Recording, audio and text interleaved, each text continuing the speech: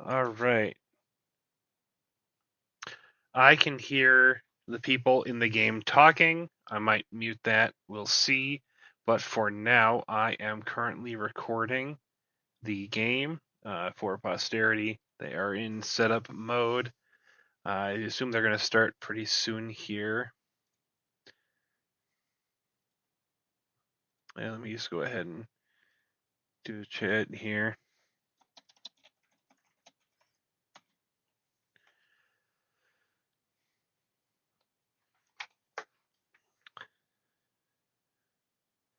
So it looks like we've got all the players set up. Hopefully they've got their hands picked. Looks like Saint has not put in his commander, so he hopes that everyone forgets who his commander is.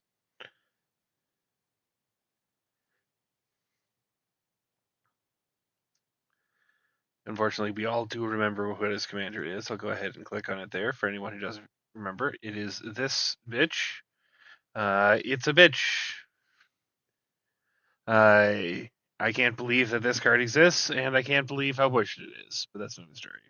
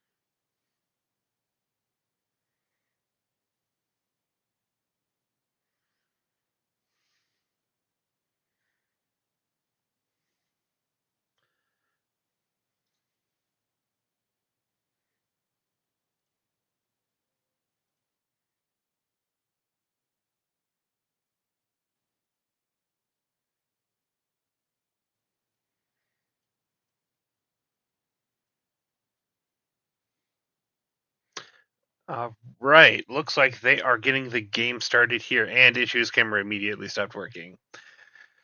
So we're currently getting the turn order set up, because it is determined by placement. So it looks like Dice has to get into the first player slot. Then Saint is next. Then we've got Rugger, and then finally Issues at the end. We're going to go ahead and get the game moving here. If you're watching me, I'm not going to be having the player audio. Just because we don't want to have too many people talking over each other. However, I am listening in on them. If they got any kind of major discussions that need to be talked about, you will go ahead and hear that from me. Issues is currently figuring out how to be on Moxfield, which means I think I need to flip his camera over. That's my fault. We see there his Nadu primers because he still thinks that one day Nadu will come back. That would be pretty cool. Otherwise, it does look we have everyone's commander in, so we can have a quick look here at commanders for everyone. Dice's camera might not. Oh, there she's moving. She's real. We'll go ahead and do a quick look at everyone's commanders here. We've got Loot the Pathfinder. I've only seen Loot the Pathfinder one time because I only played against Dice once, and she absolutely rocked my butt. It's a pretty cool card. It does a lot of cool things. I know that she's got some ways in here to flicker it or to like Marvin to copy the ability, so you can do things more than once. Next up, we have Saint. Saint is on Voja. If you've never played against Voja, you are a lucky person. Voja is a massive bitch because it's just like free card draw and plus one counters, and that makes you win games. Also, it has Word 3. Also, it has Trample. Why does it have Trample? Why does it have Word 3? This is too many things. Anyways, next one. We've got Rugger, only person playing black in this pod. Shout out to black players. We got Campbell. Unfortunately, there's not a ton of tokens going on in this game, so Campbell does not get to free roll a win like it would be if there was some heir apparent decks. But Campbell is sort of like sneaky incremental value. There's a lot of cool things it does, a lot of ways it can win out of nowhere. Finally, we've got Helga. We got big mana ramp. I do love big mana ramp. We want to be casting spells, putting counters on Helga, and then casting more big spells. Everybody loves casting big spells. That's a quick intro to everyone's commanders here. Right now, we got to do the whole shuffle up and draw, which is the most boring part of Magic the Gathering. I assume this will then shortly be followed by everyone playing a fetch land on turn one and going to go find something.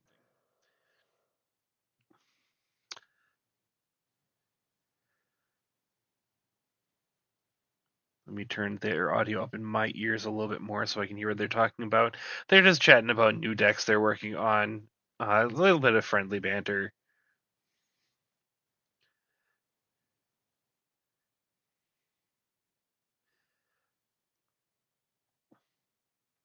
Trying not to have too much dead air here if you're just hearing my commentary. But then again, we don't want to have. They're discussing prizes. Who gets what cool prizes? Rather than playing the game, which was what we're all here for. I don't know why they're doing this now when they could do it later, but that's, that's whatever. Let me go ahead and unmute it here really quick so you can hear them. And his pack was Lorwyn. Nice. Craig's AP was the Anji, the Enduring Tenacity Japanese foil.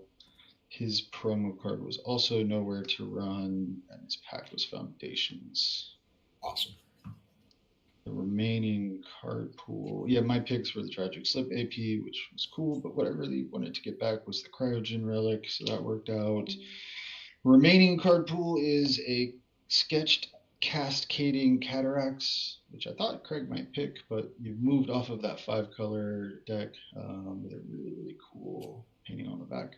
A signed Chromatic Lantern, a Animated Dead, a super cool signed Elder Fang Disciple, a signed Mountain by Zantini, a Donato Giancola, Rob Farms, signed Foundry Inspector, signed AP, Skyclave, signed by Death Baron Swamp, signed Painful Quandary, signed Elemental Token from Charo, and then server promo cards for everybody. I need that Skyclave and the Golgari Rock Farm, right? I need both of them. I need sign. One's going in Nico, the other one's going in Slime Foot and Squeeze. So I need them. You Just guys because can you need it doesn't make mean that you're gonna get it. What I'm yeah, you telling guys. you, I I'm mean, playing a you guys win, can baby. and you guys can make trades and all that shit later before I ship everything too if you want. Also, just quick call out since we are recording, everyone will get a free sticker from Neighborhood Comics, one of the event sponsors. And then we are, of course, playing this on Convoke, which is infinitely better than Spell Table. So We that's wouldn't a even be able to prime. do all of the things that we're doing, like recording and all of this cool shit without Convoke. Sure. So shout out for sure there. Blease said, "You're so glad you guys are talking about the prize cards rather than starting the game." Hey, you can commentate. Like the people got to know. The people got to know about what we're playing for. High stakes, baby. Yeah. High stakes. High stakes too. Yeah, I mean, several $100s in card pool Yeah. left. Yeah. So turn order has been done. I was closing windows so that this is more easy. All right, sounds like they're done talking about prizes, and these are some very cool prizes. I was definitely of the impression that this was a tournament that I did want to win. I'm a little sad that I did not end up winning this one or like getting to the top four. I was pretty close. I was like to 6 or something. It was pretty close, but we are getting there. Finally, getting to starting this game. We're seeing a couple of issues cards there because he did not mute his screen while he pulled up his deck. He's doing the very appropriate thing where you draw out your deck and then restart because the Moxfield Shuffler is vicious and malicious, and it does not like you. Let's see what we got for keepers here. Not a good keeper there. Looks like everyone else has got to keep. I think everyone else is on a 7 right now. Issues is just getting his. Oh, he's got to go to 6. That's harsh, especially in seat 4. But a keepable 6.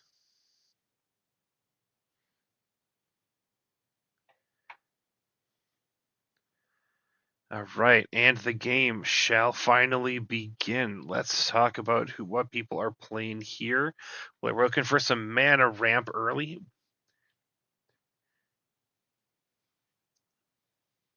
Instead of ramp, dice is starting out on a card that can exhaust to give the team haste. It's a surprise haste enabler. Kind of a big deal. That's kind of how she blew out the game when I was playing with her.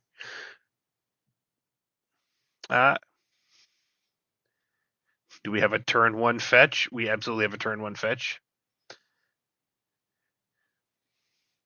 And yeah, he's no longer limited by points. He can go ahead and fetch for a shock land as much as he wants. And it looks like he's got a creature here that whenever another creature enters, he gains a life. That'll be annoying. And it's an elf. Everyone loves elf.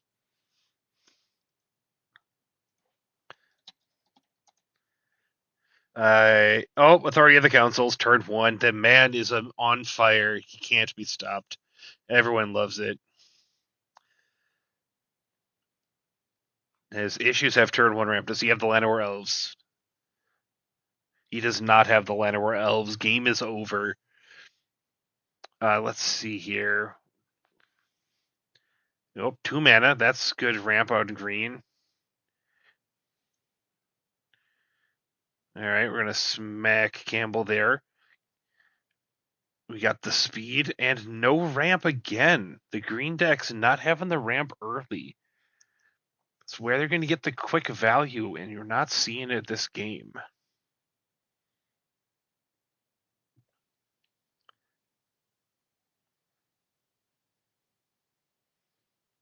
Does he have the ramp?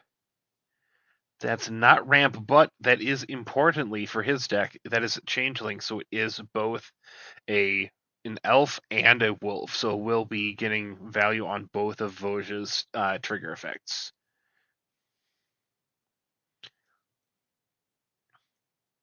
He does get 1 life from it though, which is pretty nice. Yeah, which he has currently forgotten and needs to remember to do. There we go. Now he's playing properly. Of course, Rugger has also gained 1 life from another creature entering, so that 1 damage from dice has immediately been solved. That looks like a Lila from Teenage Mutant Ninja Turtles. Let's take a look at this card. Lita, sorry, Little Orphan Amphibian. Does cool things when other creatures enter the battlefield. One of those things is making a token, so if he makes a token, then he can make another token. That's kind of annoying. Also, free Scry. We love Scry here. We got 2 lands here. No green source yet, it looks like, from Issues. That's kind of annoying. Oh, he's going to do a quick take back seize here. He is going to Prismatic Vista probably for a green source. Yeah, he is. Yep, and does he have the ramp? He does. It's the Herd Heirloom. Very nice card to have. It only taps for creatures spells, but it can late game turn into card draw for your big creatures. Very good card, even good outside of standard stuff. This is a pretty quality mana rock to be running in a creature based deck. Let's see, dice is back up. It's time for turn 3. Again, we have not seen much ramp going on here, just the 1 piece of ramp out of Issues. And Dice just immediately running out. The other loot. This is not her commander. This is the original loot. You get free cards off the top of your library for card types among your stuff. So she's going to get a whole 1 card exiled at the start of her turn that she can play that turn, which is not nothing. I mean, a free card every turn? I'd take a free card every turn. Let's see what Saint can do. Is he going to finally get some ramp? Is he going to get really exploding here?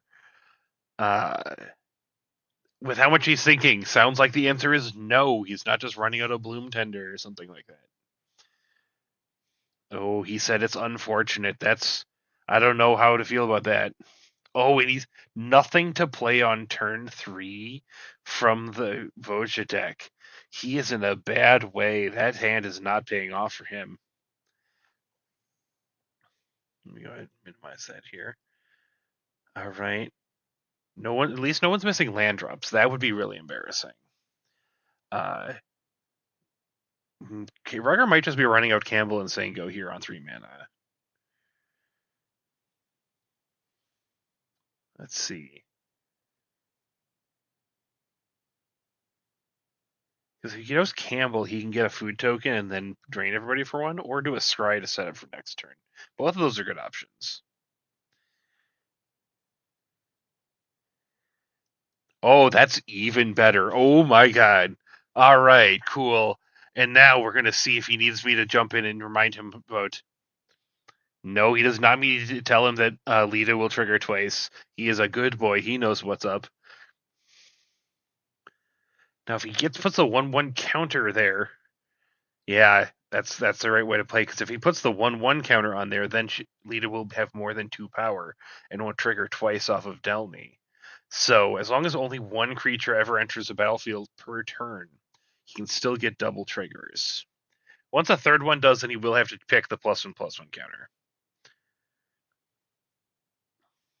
All right, back to Issues. Issues has ramped. He does have access to 4 mana this turn, which is an unprecedented thing on turn 3. Plotting is not cast. He is asking about plot. I will step in if they ever have wrong ideas, but they're doing good so far.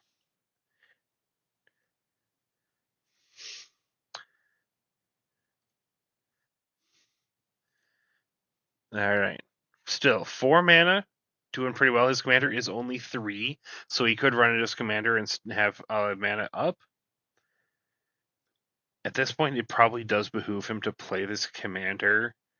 It's a pretty fair board right now. Nothing too scary. Oh, that's also a good quality card. That's another thing like his commander. Gets bonus power. Yeah. Gets itself mana equal to its power. It starts off with 1 power, which is pretty good, but you can go ahead and definitely get more power on there. It's a card that I really liked in my +1/+1 counter deck. The problem is that if you put 10 counters on it and say go, your opponents think that you can make 10 mana next turn because you can, and then they kill you. Looking here, let me go ahead and double check. I didn't see if Dice exiled her card, but that's because I was talking about my deck, so that's my fault. We've got a double strikey 1/1 now. That's pretty neat. Hopefully she's not going to just say go. Leaving up 4 mana in... Yeah, there we go. I thought she missed that, but... See what she's going to do on her 4 mana here.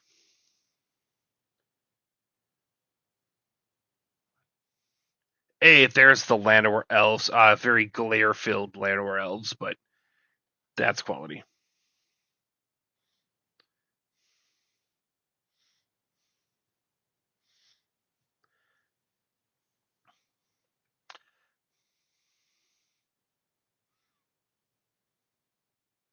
Yeah. All right, we're fixing the loot trigger here. She should have exiled the Llanowar Elves to the loot and only play it this turn, and then drawn a different card. And so since she's playing the Llanowar Elves anyways, this is an easy fix. With 3 mana up, he is doing something at the end. Looks like, are we convoking?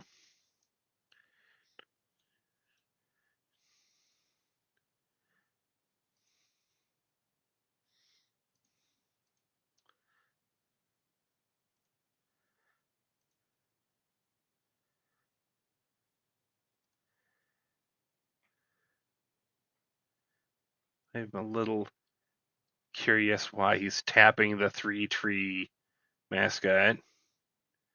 Kind of want to get my audio in there. If he ever tries to actually net mana off of that, I will get after him.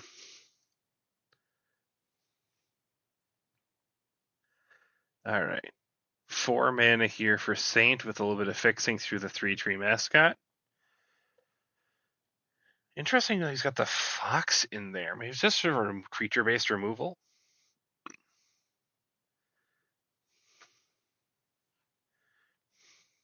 Hold on.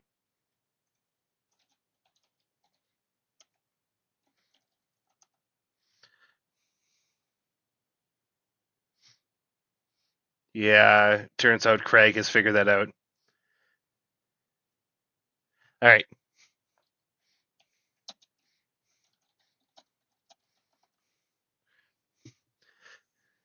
All right, cool. Now we need to step in. All right, so we're back to only 4 mana here. Saint has stopped cheating. He does not have 5 mana. His mascot does not tap for mana. It filters for mana. So what is he going to do for 4? That's pretty good. And he joins up. We're going to be bonking something for, I believe, 5 damage here. Yes, that is correct. And his legendary creatures trigger twice. Turns out Voja triggering twice is pretty nuts. We like that.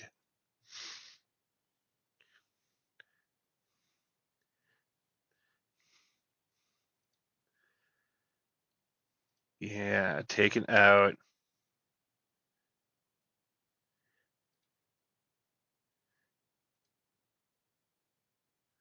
Yeah.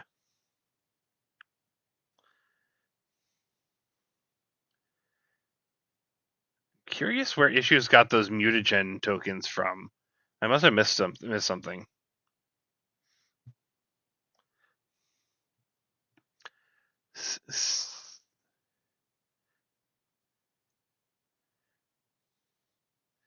Yeah, it's a swing in for a 2/1 at her 1/2 loot.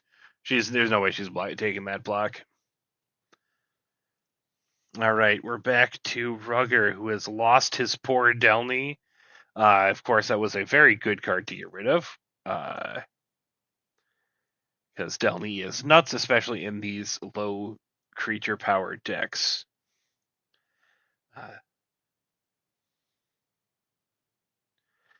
sounds like he might be missing a land drop because he's not instantly playing his land. Seems like he might need some ramp here. Maybe a little bit of card draw could come in handy.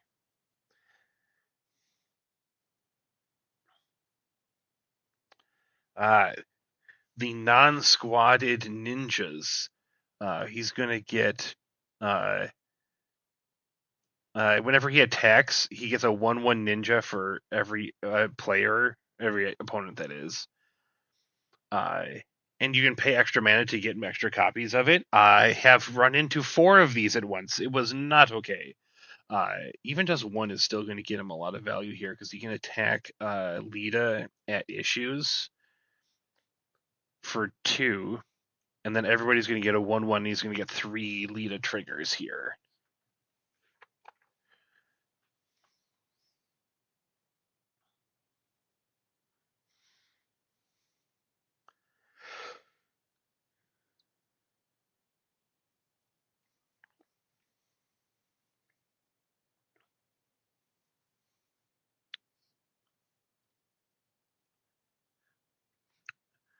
Oh my god.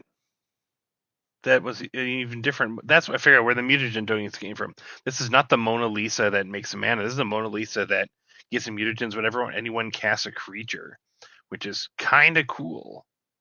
Netted him 3 mutagens before it died, which can, if you place Helga, can immediately be put onto Helga to give her some quick early power.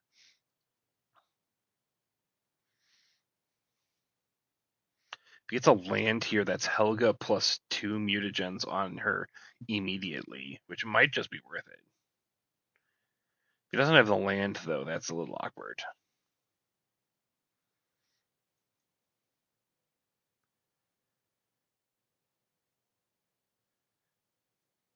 Two decks missing land drops. That's... Oh, nope, there it is. He's got the land. I was worried for nothing.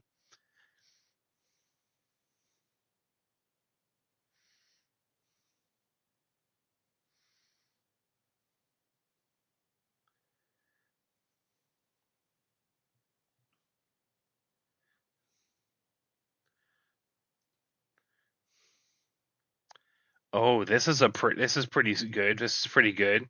He's going to cast a Trailblazer for 3 mana. It's going to get 1 mana.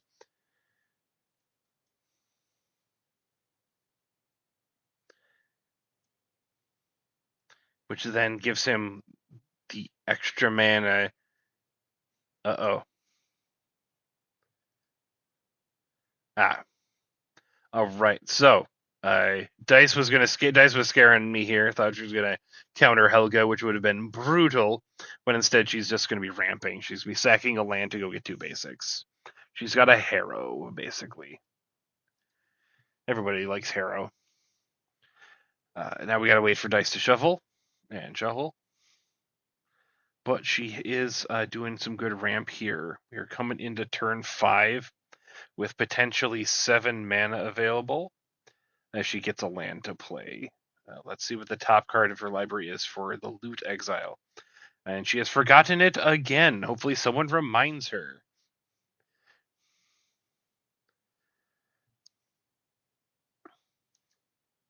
Kind of wish there was a button where I could just start talking into their game even though I was spectating.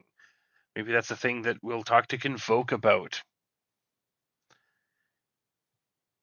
We're going to play Loot for 5 mana. That'd be pretty good, even though it comes into play tapped. She's thinking, she's swearing at herself. Yeah, she's remembering her loot trigger.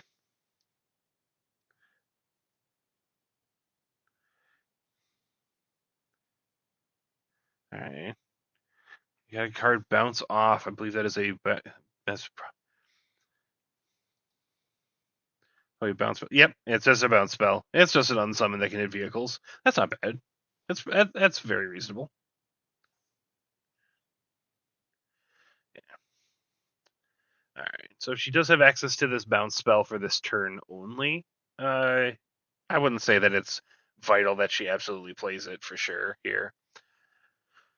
What are we going to do for 5 mana? Is that just loot?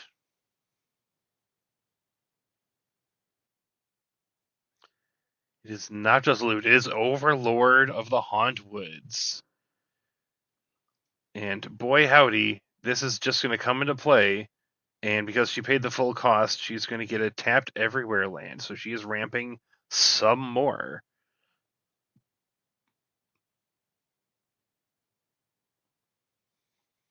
I think. Nope.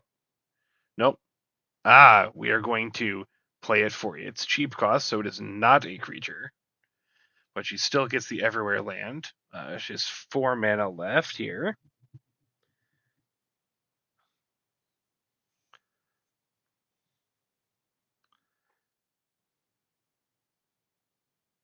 And she cannot bounce her own own Overlord here because it's not currently a creature. It's currently an enchantment. She has an Etheric Amplifier next. That is not the correct card. I believe this is the one that taps for mana, or you can pay 4 and tap and double the number of counters on something, if I'm remembering my cards correctly. It's not currently. There we are. I am correct. It is a mana rock that can double the number of counters on something.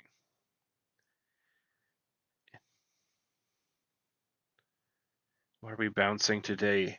Bouncing the hell. Bouncing. People really do not want to let issues ever get started here. They are really just hammering him right now.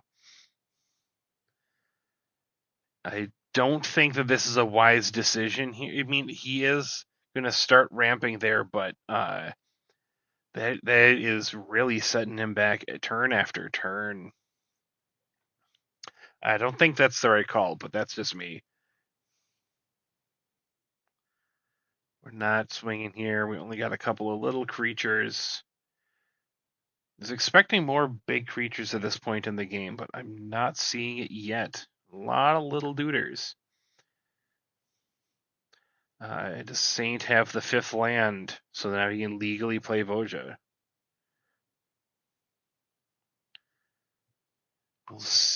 He does have the 5th land. Now he can legally cast Voja.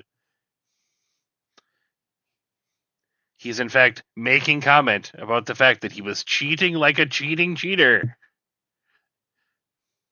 All right, so now he does have his big scary commander. It is tapped because of the authority of the councils, and it does not have haste.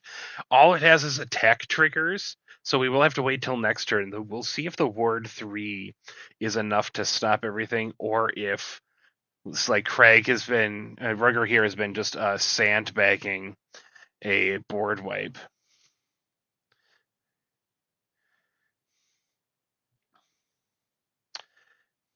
Now it looks like we're going to be coming in for probably 4 damage here on Rugger. Yep. Not even down to 40 because he just gains 1 life for every other creature that enters. Let's see what he's going to do with his life now that there's a Voja to worry about. He does have 4 mana. If that is enough, he could Day of Judgment here. Just absolutely dumpster the board. Killing the board would also benefit him a little bit because he'd get his Delny back because the Werefox Bodyguard would go away. That would actually be pretty spectacular here. You'd basically just be left with issues having those mutagens, but he could replay Helga. The Overlord for dice slowly ticking down, and hot nothing for a Saint, basically. A 4 mana wipe, I think, would be pretty key here. He is deep in the tank, so he's probably got some difficult decisions to make. Let's see how he does.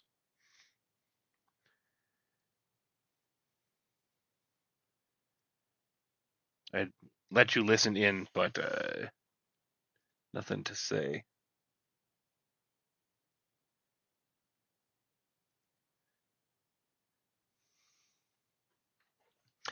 Still thinking. Don't want to interrupt the man while he's thinking. I kind of wish I could see his hand so I could make some opinions about what I think is going on here.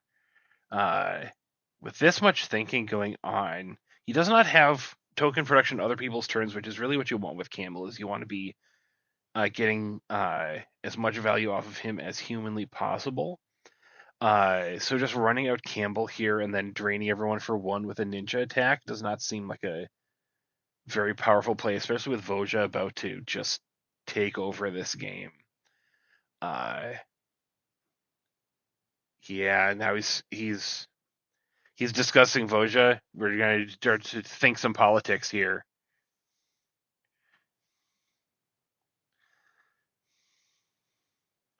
Uh, Saint is attempting to politics that he might not attack Rugger with Voja. However, everyone else has rightly pointed out that he has an Annie joins up, and that gives him double triggers, and so letting Voja live a single turn is probably bad.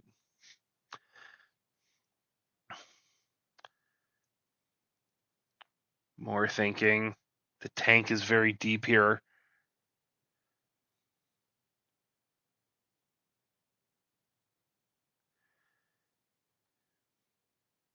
It is in fact a board wipe of some type.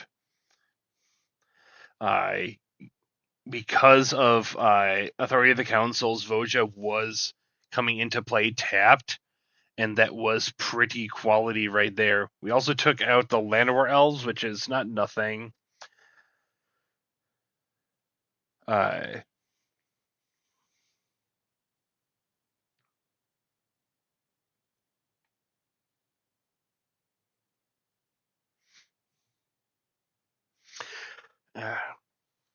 So we'll see how this goes here. We didn't take out everything. Dice did get to keep her card advantage. Her loot is going to be exiling 3 cards now at the start of her turn if she remembers it, and that's going to be a lot of cards advantage. Rugger is going to still get his ninjas this turn, but that is small solace compared to what Dice has got going on. And Delney is back, meaning we're going to get all of the. Yeah.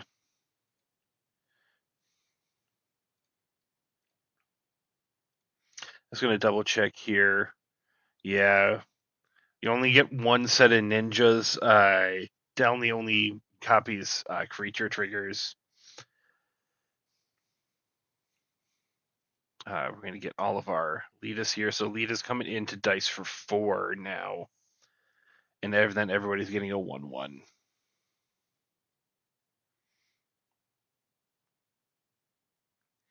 We've got 3 surviving ninjas over there on Rugger's board. A lot of little small stuff again. Issues has been Stone Aged essentially, and Dice is pretty far out in front, I think, at this point.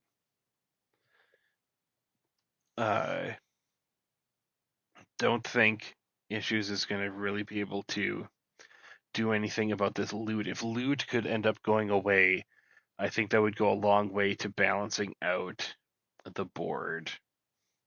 But I don't think that's going to be happening.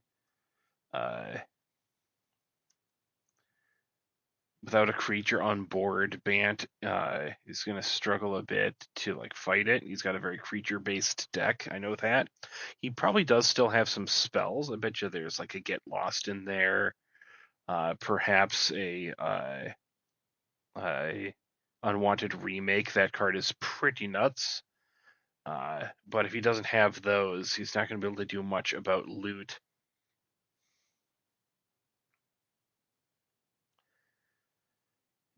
If he just plays Helga and puts 2 mutagens on her, I would not blame him at this point. Yep. And then we'll see. Those mutagens are sorcery speed.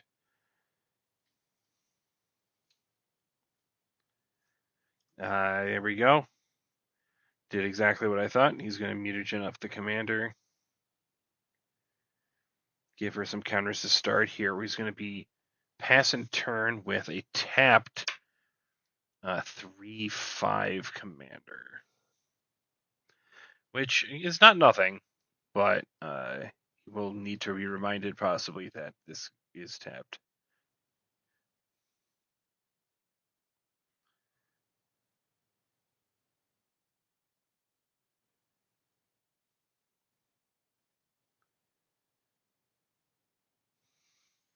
He hasn't missed. I don't think he's missed a land drop yet, but he has not had a lot of card draw going.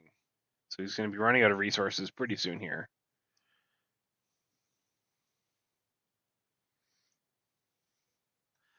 What we got here?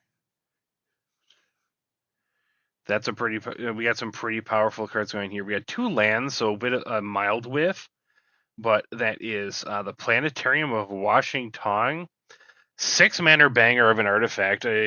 Everybody loves free spells. You just get to scry, and every time you scry, if the top card of your library is a spell, you get to cast it for free. And of course, she's going to run that out. It'd be a fool to not get that. And she's probably going to scry here immediately off of its ability. Yeah. Yeah, it has a tap ability to scry, and then if she leaves a spell on top of her library, she will cast it for free. And she is leaving a card on top. Hey, look at that. It's Enduring Vitality. She's got more mana ramp. Can't be stopped. So now instead of having 1 mana left, she has 3 mana left.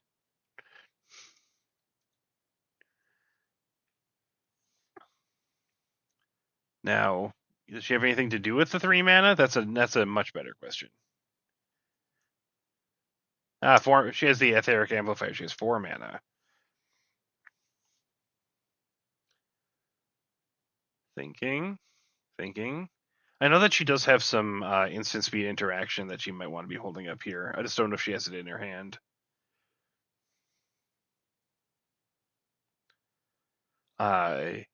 Washington does trigger once each turn.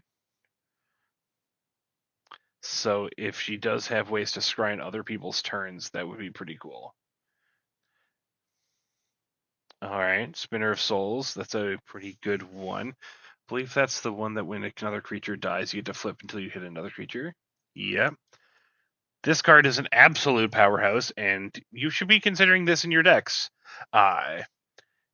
It's sort of a board wipe protection, and rather than getting your board back, it goes ahead and refills your hand, so you can just replay stuff next turn. It's sort of that weird on-board mono green board wipe protection that makes people not want to wipe you.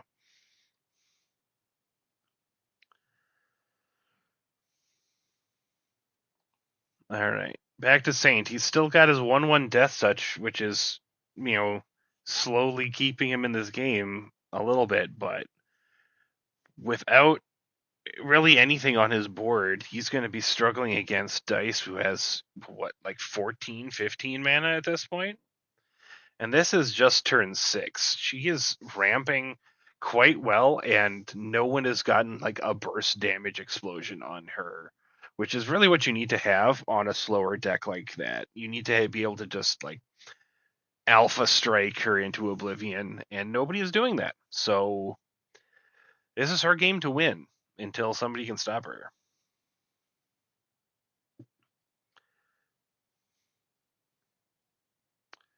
Oh my god. It's Voja 2. We have Tolsimir. Midnight's Light. He gets a different Voja. So he's going to make 2 Vojas because it triggers twice. And then the other one dies. Both Saint and Rugger get to gain an extra life because an extra creature is entering the battlefield for no value. And Tolsimir being an elf, then Voja being a wolf means he's going to get an elf and wolf for his future Voja triggers. And this means that if he attacks with Tolsimir, he can make the wolf basically eat anything, which is pretty cool. But we're back to Rugger here. He's got the black-white. He's got the removal, so things could possibly happen. But back-to-back board wipes is probably not what you're going to see here. So I'm not sure how he's going to be able to handle what's going on. Missing a land drop. Now that he has the Delny and the squad ninjas, he could just play Campbell and be fine.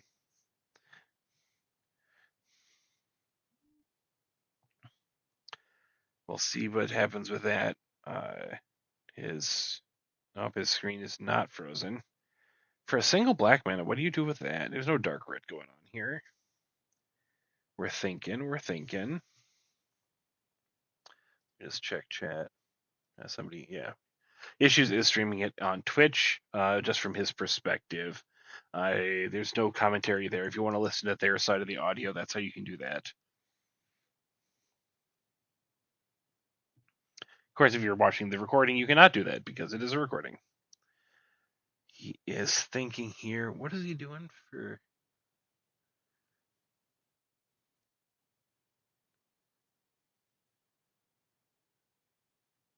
I did play the gas guzzler while I was talking there, which triggered the Lita for a scry. That's why he had his library open there. He is going to cast Campbell. Probably a good idea here. Get himself some life here, get some bigger Lita. He's going to end up getting 2 Campbell triggers here when he attacks. One for the trio of ninjas, one for the food that he creates. I would suspect that he's going to be sending the Lita up at dice just to keep pressuring her life total. The ninjas, because they have power 1, but less than 2, they can't be blocked by big things, so she can't block that with the spider that she just played.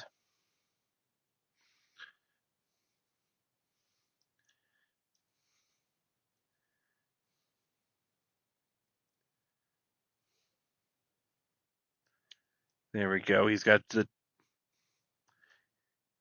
and because Campbell has 2 power, Delny is going to double his triggers there. So losing 2 life every time a token enters, that's pretty powerful. We'll have to see if Dice can get a big splashy spell to.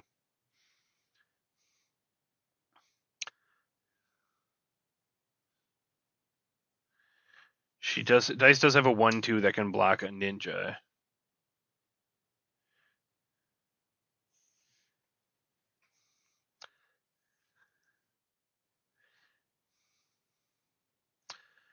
Losing the Lita there is kind of a big deal, but also losing the spider is pretty big for Dice. That was some good backup plan that she had there. She does still have plenty of free spells and a lot of mana going on, so if she untaps with even just this board, that's going to be kind of problematic.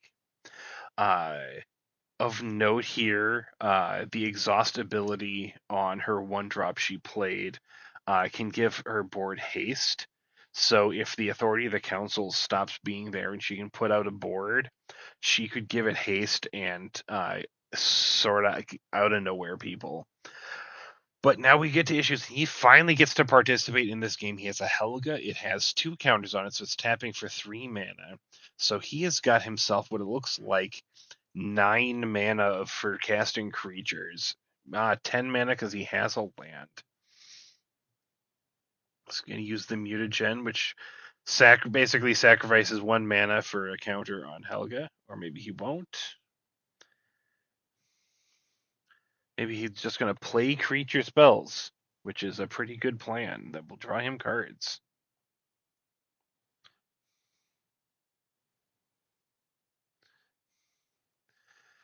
Saint is attempting to remind Rugger that dice is a problem. I don't think that anyone has forgotten this, but it was worth repeating. Dice is a problem. Terra Symbiosis, excellent card there to play for issues. Love the card drop. We're going to put 1/1 counters on the commander. And this time, because the Terra Symbiosis is out, that's also going to draw him a card. Now he's still got 1, 2, 3. I believe he has 7 mana here. Yep, he has 7 mana. We'll see. Does he have a sweet 7-drop to play?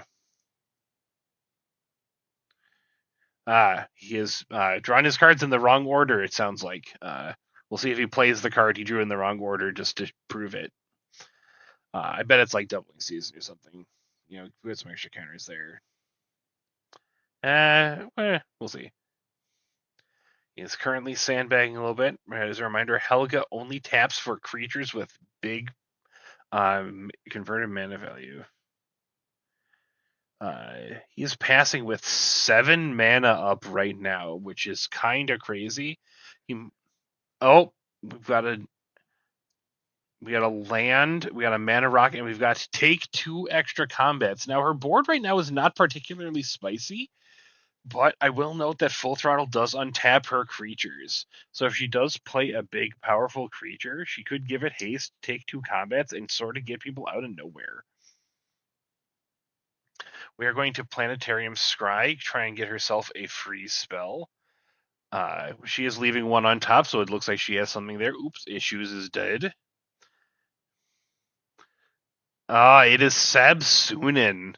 That's going to be a big puncher if she can get this going here. Issues OBS sounds like it's currently having problems. We'll see if he comes back here. Currently, his board is not terribly relevant because he just has 1 blocker.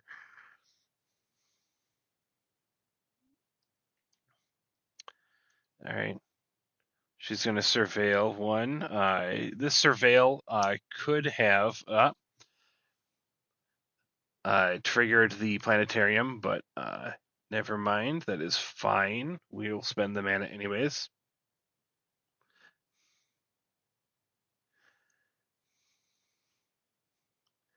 So Sabsunin does switch whether it can attack or not during the main phase, essentially. So it starts out able to attack. Next turn, it's going to get a 1/1 counter, and I believe draw some cards. Yeah, it's going to draw 2 cards next turn instead of being able to attack. But for now, it's just a 6/6 trample indestructible, which is pretty good. Again, if she gives her creatures haste and then takes 2 combats with Full Throttle, it will untap the creatures in the second and third combats, which would be pretty good. She looks like she is electing not to cast the Full Throttle, which I think is everyone at the table is. Yeah, everyone at the table is pretty okay with her not casting that this turn. But she is going to have a pretty good board set up here. It is pretty board wipe resistant, even without having the spider, because the Enduring Curiosity. Oh, and here's even more mana. She's got a Growing Rights of Itlamok. Let's see if she gets some kind of cool creature to play. That would be even crazier. She's got still access to 5 mana. No creatures in that Growing Rights. That's a little disappointing, but she's already doing well, so we don't mind. With her 5 mana up, she could still play out her commander, but she's not going to. Growing Rights to get her 4 mana Gaia's Cradle right now. So now with even right now at instant speed, she has access to, it looks like, 8 or 9 mana. Everyone is running low on cards. Nobody's really done any card draws so far this game. That Sabsunin is the first real repeatable card draw we've seen on this battlefield, aside from Loot getting her 3 cards every turn. Saint, if he gets a 7th land, it sounds like he's going to just run out Voja. Oh my god, he got the 7th land. Is he just going to run out Voja? Sadly, if he does, he won't have the mana up for Tolsimir to force loot to block his wolf token, which he could do. I think that would be a strong play here. Get the loot off the battlefield. I have to pay a ward trigger for it, though. You could also get the goblin off of the battlefield, too, since Tolsimir will trigger twice. So that might be worth it. It's sort of half a board wipe to what she's doing. But if he just casts Voja and says go,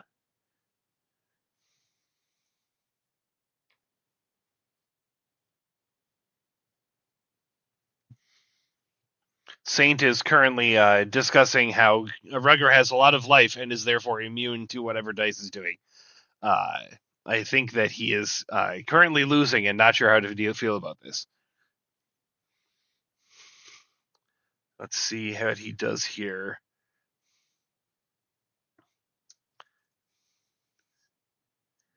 He's currently thinking pretty hard about his turn. He's got 7 mana is a lot, but with a commander taking up all of that mana and not doing anything the turn he plays, especially coming in tapped, that's you got to be pretty desperate to have that be your only play.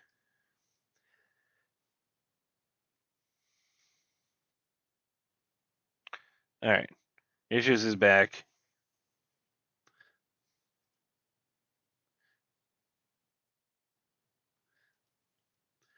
Yeah.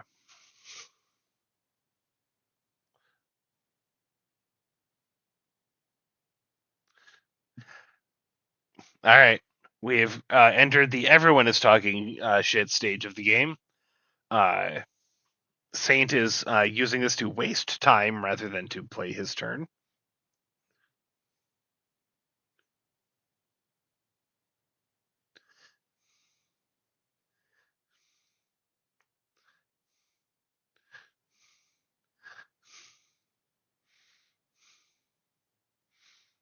Yeah. Still lots of thinking going on here. It is, more thinking than I thought would be necessary in this turn. It is being complemented by various shit talk and politics and discussion. Saint is worried about what's going on here.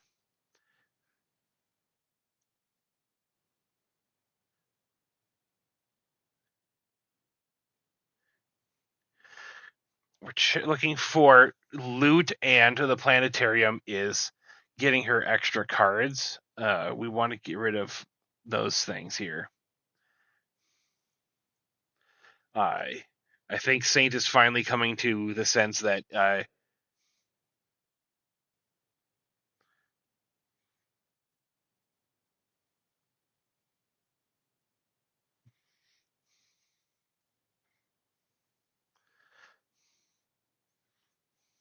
he's doing a lot of thinking here.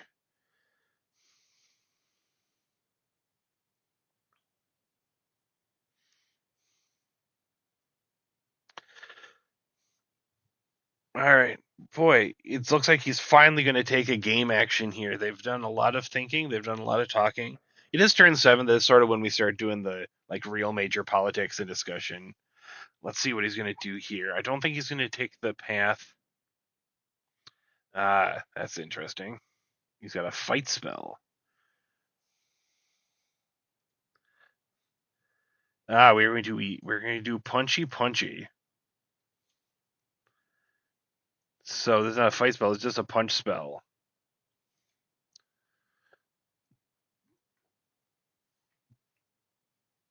And then he's going to have to pay 1 more for ward. And then this means that he is also going to get to discover 3.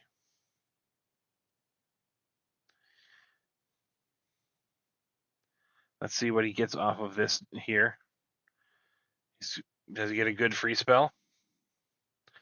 Oh my god, it's Charismatic Conqueror. This is not good here, team. This is not good. Because everything's already coming into play tapped, so Charismatic Conqueror really isn't doing much. And if anything does ever want to come into play untapped, and make him a token that's just going to make Craig 2 tokens and drain everyone for a 4. So while this is a hit, it's not a super great one.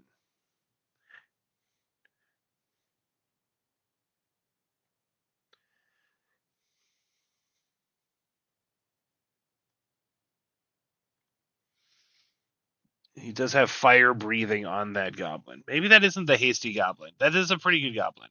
Maybe that's not the hasty goblin. Maybe I've been wrong this entire time. That's what I get for not paying attention.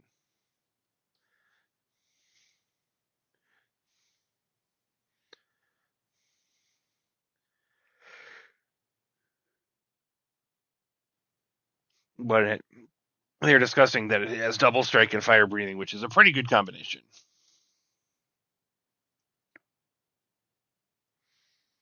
He does want to do the Vojay here. He could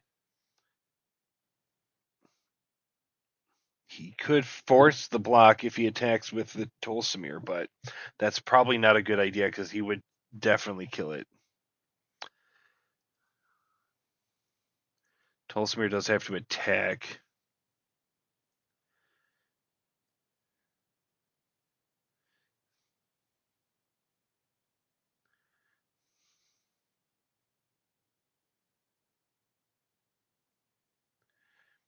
All right, we're starting to make deals. He is asking to punch Issues, who is at the lowest life and is the most behind.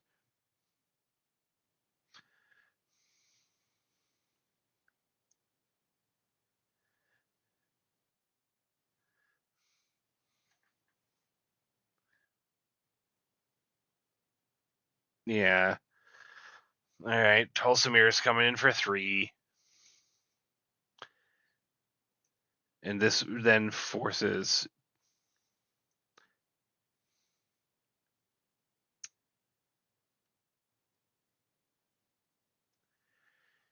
Which means he could force Delney and Campbell to block.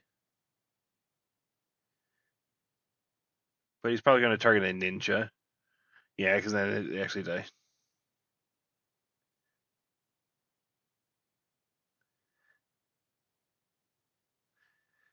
All right, we're double checking what Contest the Clause does. They did resolve that correctly. All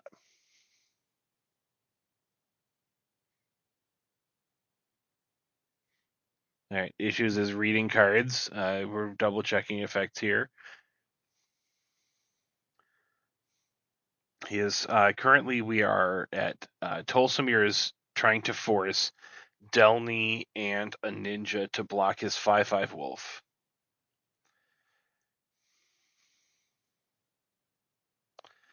All right. Yeah. So far, I think that the Delney is dead.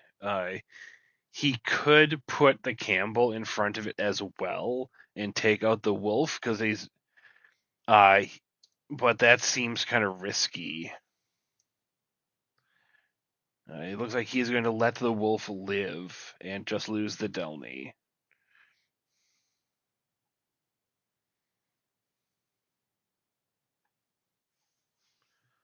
Oh, it has trample? That's pretty cool. Oh my god, it does have trample. That is pretty cool.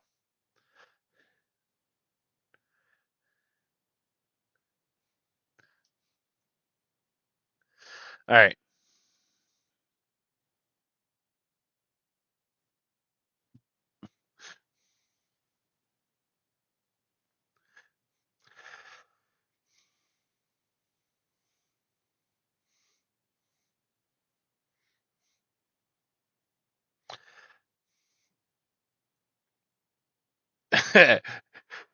Rugger is currently wondering if he is on the team of We Don't Like Dice.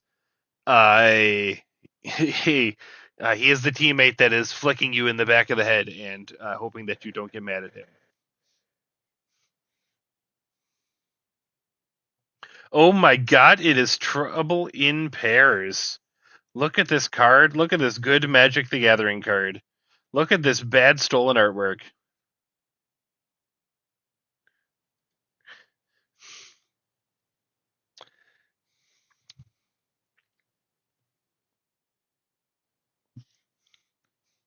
All right. Dice is currently explaining that because your creatures come into play tapped, Therefore, she is not a problem. This is horseshit, and everyone knows it.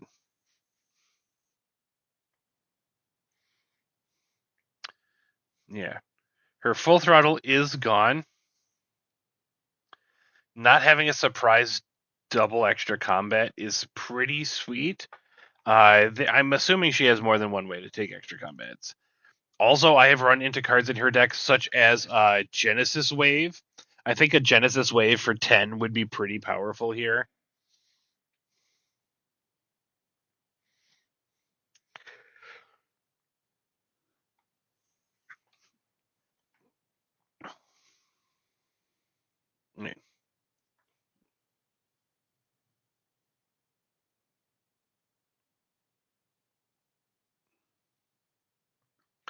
So now Craig still does need to get to his attack at some point here. They are double checking that they are all on team. Dice has got to die. It looks like nobody's able to actually accomplish the task of Dice dying. So we'll see if that actually happens or not. Right now, I'm expecting just a swing of ninjas, just so we can get some more ninjas on the battlefield. Possibly just one ninja at dice for some extra ninjas in play. Because right now, Saint's probably not likely to block with his 1/1 Death Touch that's gaining him life.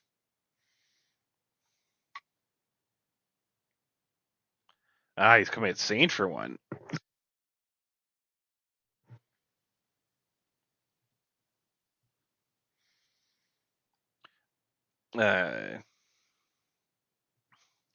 Saint takes 2, issues blocks, and dice blocks. So 2 of the ninjas go down.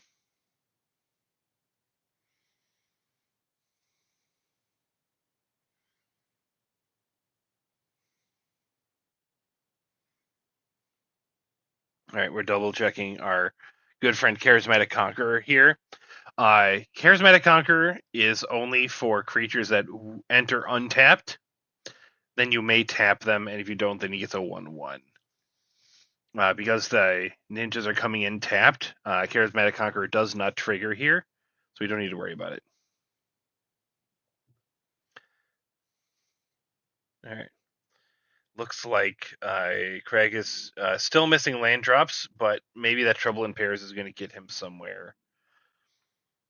Issues has quite a lot of mana, not nearly as much as Dice does, but he also has been sort of he's been kept down. This is his chance to really pull it back and showcase what his deck can really do.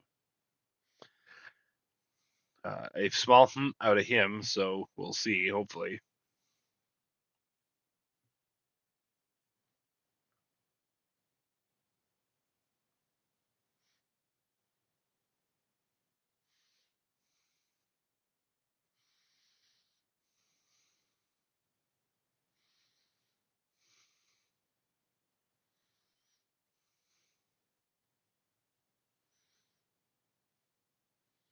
All right.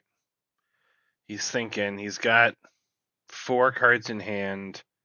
He has not played a land yet, so it's probably 4 bits of action. Yeah, without Dice having the extra combat spell, it's going to be interesting.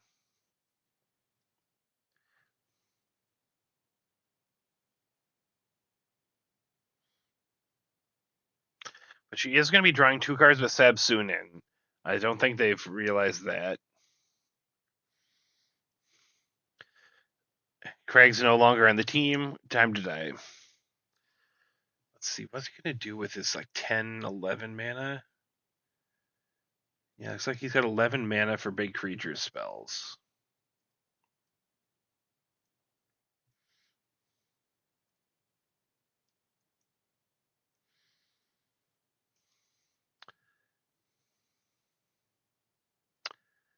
Thinking hard.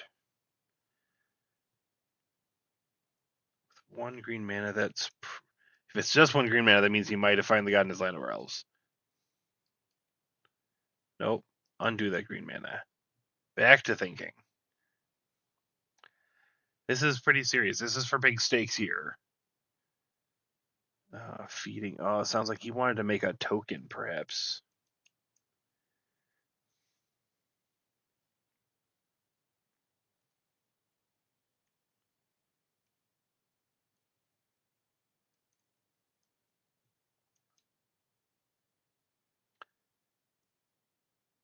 Don't worry, you're not missing any sort of commentary here. I am being quiet, but they are also being quiet. This has gone from a bunch of shit talking to a bunch of thinking.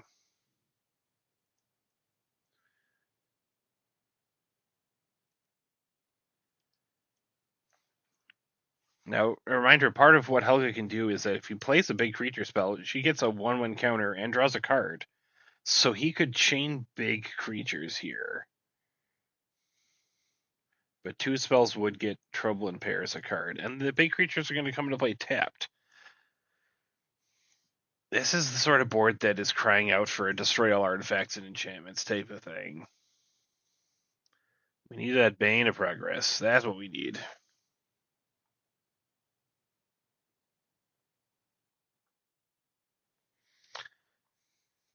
Fortunately, issues not talking about how he does not have anything going on right now, which is not great.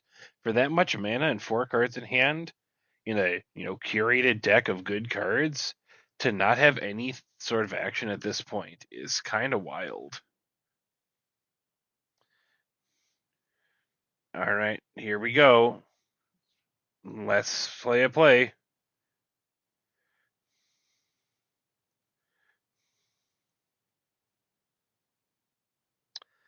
He's thinking, is he going to play from behind? Is he going to play like nobody cares about him?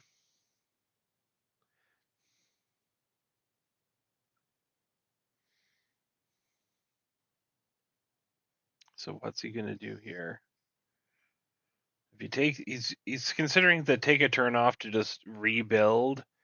If he makes his board too scary, then he is going to get swung at here by all those ninjas. So he has to be careful about that.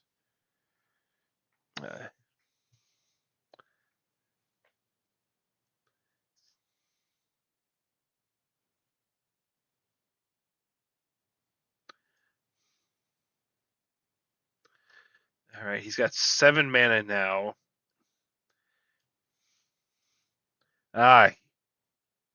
We are going to split up again. We are getting rid of untapped creatures this time, which is going to. Oh. And he forgot that dice can just tap her creatures for mana.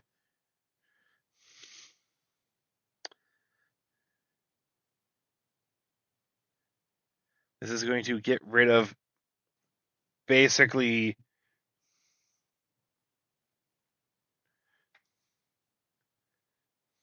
Yeah.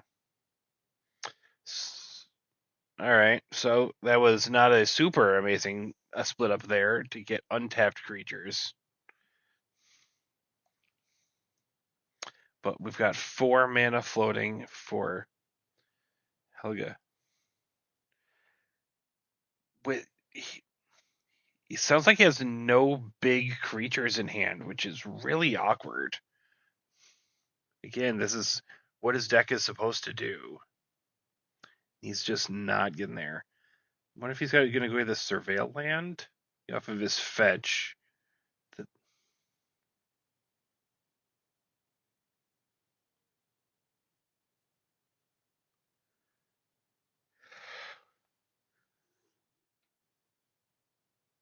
I just get into forest.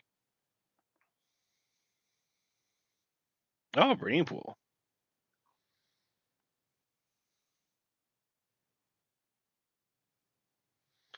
He's got so much mana and nothing to do with it.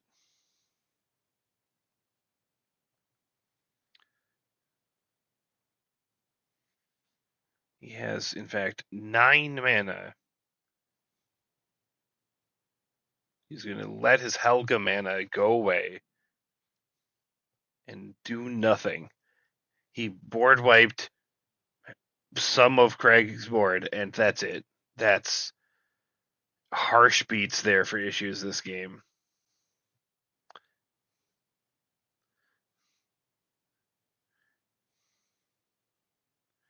Look at what Dice has got going on. She is doing very well, and I wish my deck would do this. What had done this well? Just put out problems and say what happens. Maybe I should. I should have just had done more fun. I should have just been goofier. I tried too hard. Oh my god, she's got a free Galta. All right. Game is problematic at this point. So she's got a free 12/12, and she's got 2 cards in hand.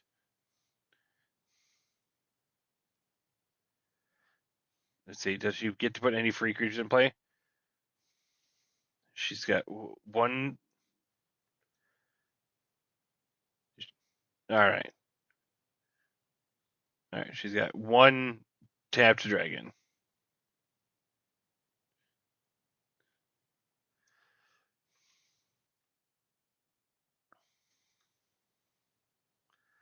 Look at all this mana. She is doing some mana math. That is always dangerous when the deck with a bunch of mana starts counting. All right. We've got Gaia's Cradle for 5.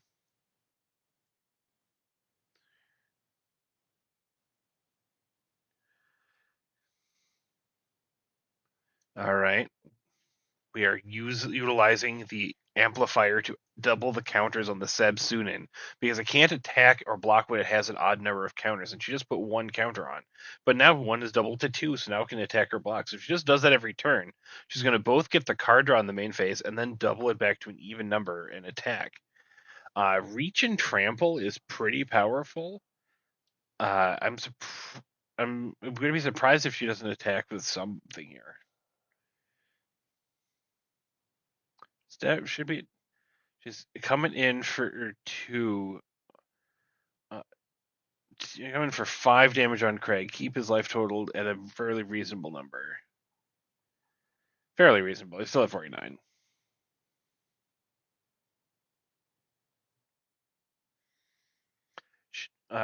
Dice has a wild amount of mana. She has her Overlord is now a creature. She's got an 8/8 reach that she indestructible that she can block with. With only 1 card in hand though, and no easy way to draw more cards. She does have full full speed, and I believe that the starting pool mana rock could be sacrificed to draw some cards. I believe that is working.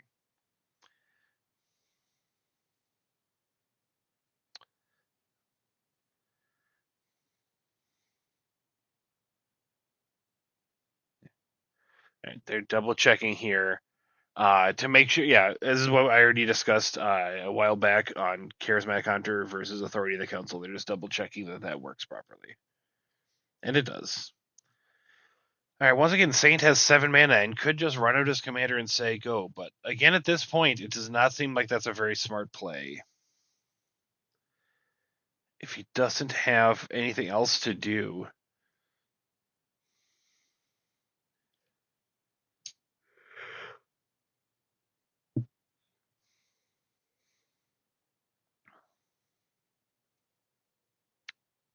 so it looks like Saint's going to take his turn off to display his commander.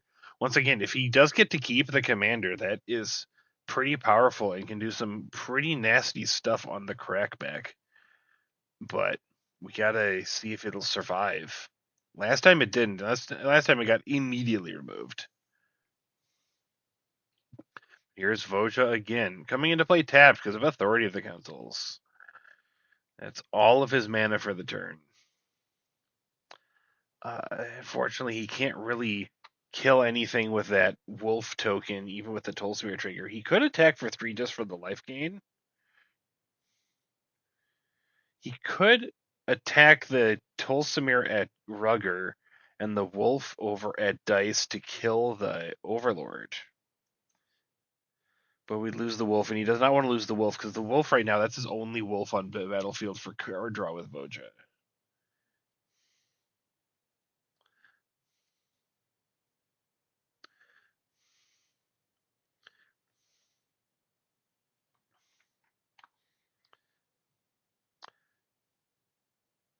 I will note that no one's mentioned it yet, but Dice has not scryed with her planetarium, and that can happen on other people's turns.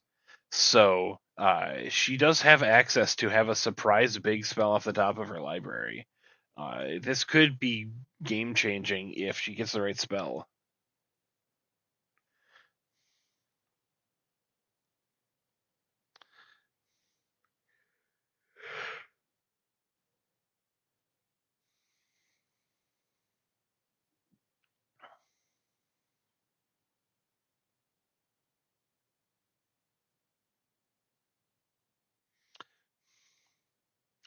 Yeah. She's trying to remind everyone that trouble in pairs exists, but Saint does want to get more life because he can attack with 2 life linkers and draw Rugger 1 card here. He's gonna risk. He's gonna risk the. He's gonna risk the extra card on Rugger here. See if maybe that is gonna be a mistake. We'll see. I bet it's not. Did he get a land? He did. He has found a 5th land finally. Is that good enough? Does he just want to run out his commander and say go? Probably not. That doesn't deal with Dice's board, like, at all.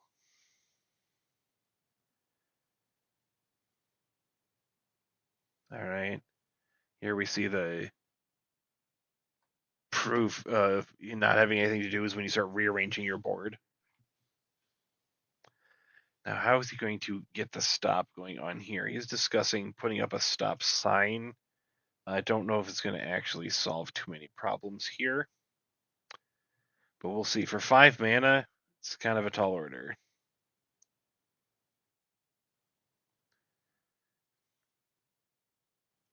It's a lot of trample right now.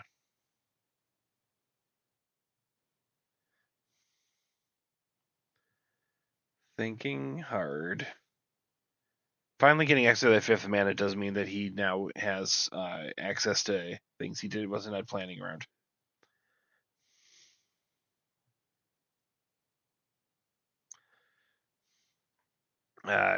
Looks like if we leave Saint alive, we're going to get that meme from the Godzilla movie of let them fight and just watch those two punch each other.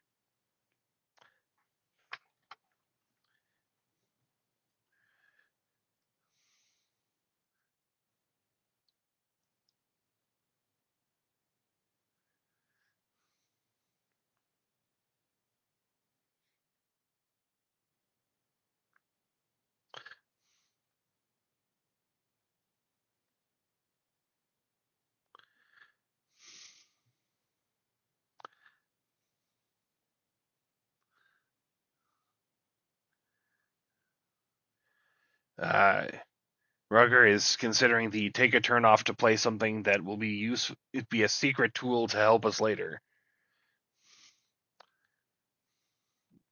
He's not described what it is yet. He's being purposefully mysterious.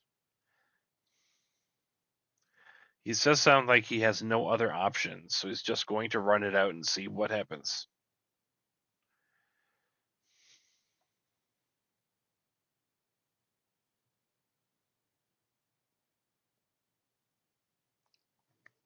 All right. All right. Cool. He's played out dangerous. So Thera the Super Void. Whenever his creatures dies, your opponents have to exile one of their creatures, which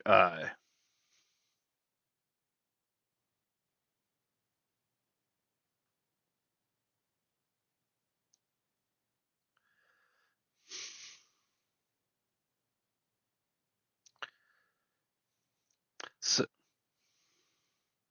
yeah. Now, if he attacks the ninjas,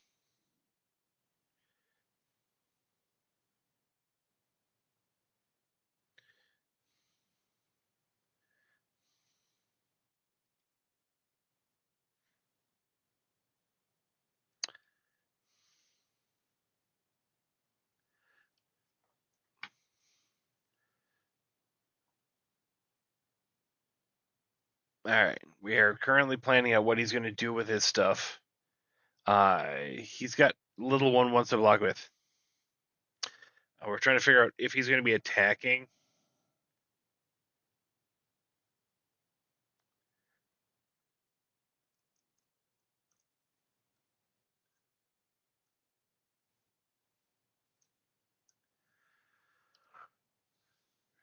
Issues is willing to lose his Helga.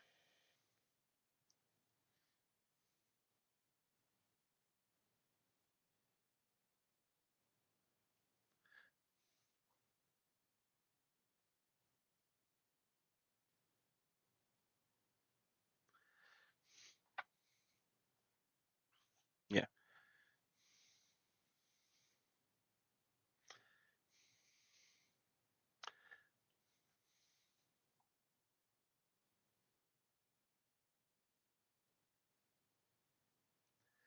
Yeah. So they're talking about attacking with 2 ninjas, forgetting, of course, that he's going to get 3 more ninjas.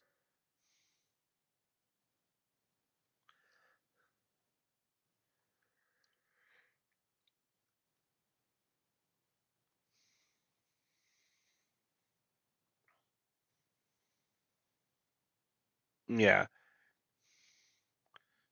Because if he attacks with the ninjas, people are just not going to block. Uh, it was it is there to make his blockers very good, assuming Dice does not absolutely obliterate him with a trampler. So it does. I do think that there's going to be a pass here.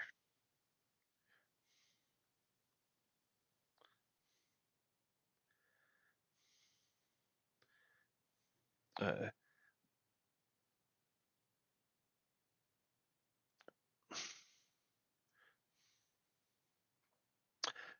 I really want to be chiming in and telling them to get on with it. He's talking about his opening hand.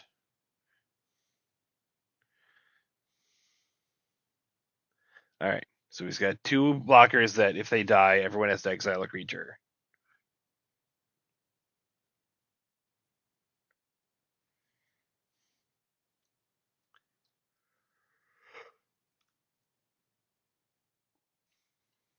We've moved on to issues, perhaps, but they are once again discussing the nature of this game.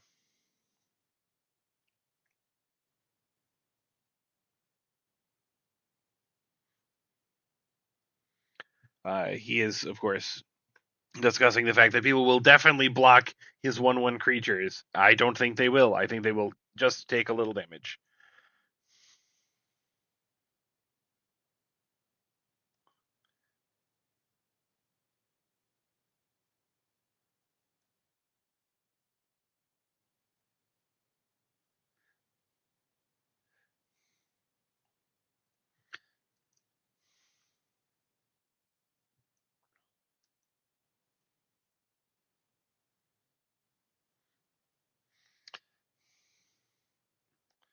All right. Yep.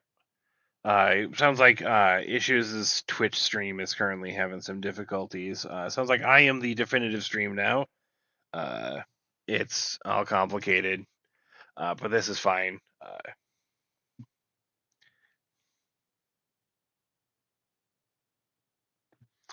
Anyone who is watching this, if you show up here, hey, how's it going? Next time, maybe we'll have a second person here so I can have some conversation. I'm not just talking to myself into the void, but we'll worry about that next time. All right, sounds like Issues has drawn too many lands. He is now complaining about having drawn so many lands, which is fair. He has drawn a lot of lands. And that is, oh, you hate to see it happen. Drawn too many lands, not enough action. He's got 2 cards in hand, and at least one of them is a land at this point because he hasn't played a land yet. No, he played a land. He's probably still got a land in there, though. Man, that sucks.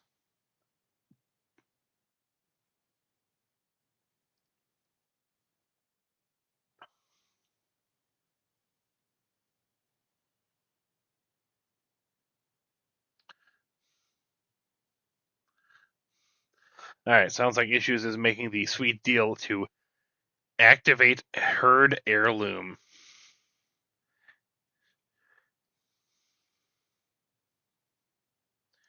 So now, when his commander hits Saint, he will draw a card. Saint is not being a bitch and blocking with his 5/5, so we are drawing a card to see if he has any action. He has drawn something.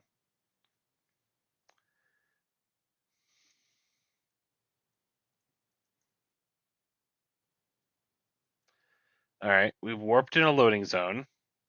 Cool. But he's got 7 left.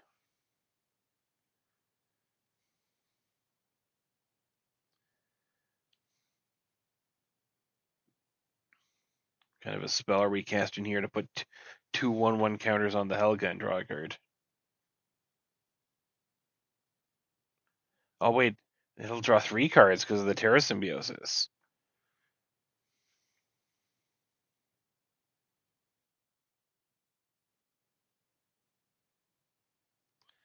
Sounds like he's going to get to play a second spell, so that is going to be a card for Rugger.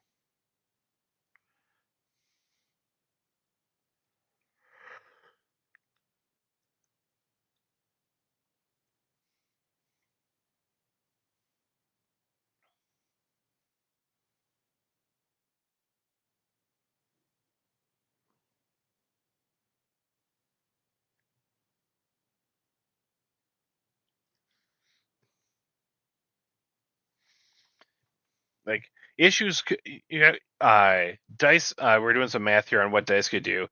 Dice has a 12/12, and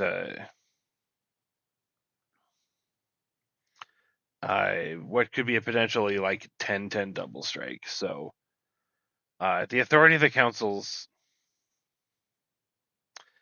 is really causing problems for everyone else.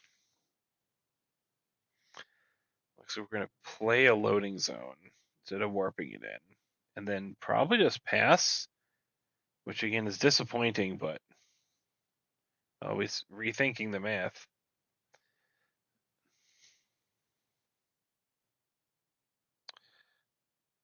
All right, we're back to warping in the loading zone.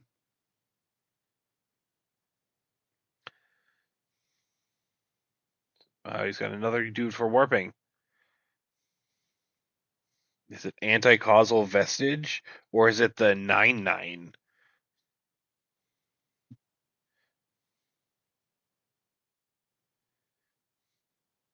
Oh no, it's the Might Form Harmonizer.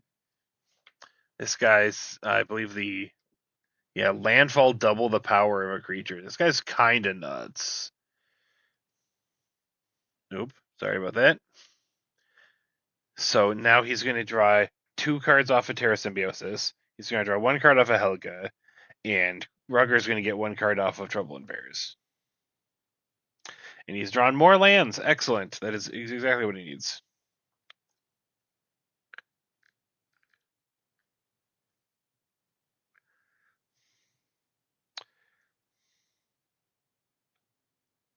All right.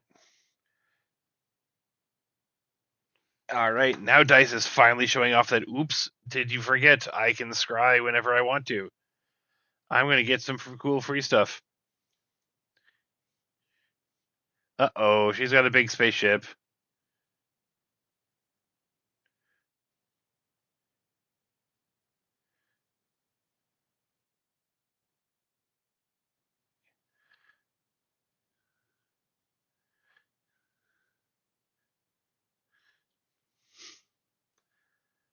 All right. Now, so she's got her free blaster spaceship. All right. Now we've got this pile of problems here. Counter on Sabsunin. Draw 2 cards because it is an odd number. Yeah, so she's drawn 3 cards this turn. Look at all that mana. She could do anything she wants. But what will she do? I don't see her. I've not seen her hand. I wish I could see her hand. That would really help out with my commentary. Okay. 2 mana. 3 mana. Oh, Kaito, we're going to make something unblockable today.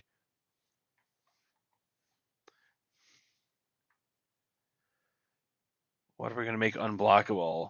Probably it could be the 12/12, but that's already. Okay, 6 out of the Gaia's Cradle.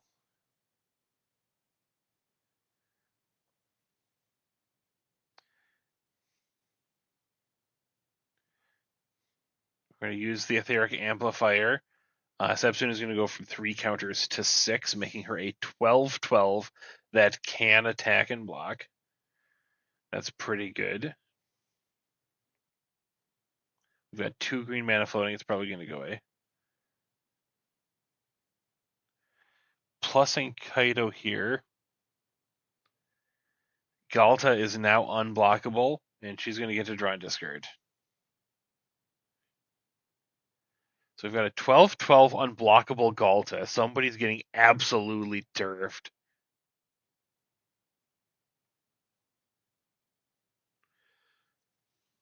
So Rucker's drawn a couple extra cards here, so he's going to have some action on his turn, I hope. He might be taking a Galta to the chin, though. If he takes a Galta to the chin, he's just he could block with ninjas. I think that Dice might be pretty happy to lose her creatures here. Lose a couple of creatures here. Oh, we got the Web of Destiny. This card is not okay. 8 mana, I believe. 7 or 8 mana. Yeah, 8 mana. Web of Life and Destiny. But you get a free creature from the top 5 cards of your library every combat. And this plus extra combats, especially if those creatures end up with haste, is pretty cool. So we'll see what kind of free stuff she gets this turn.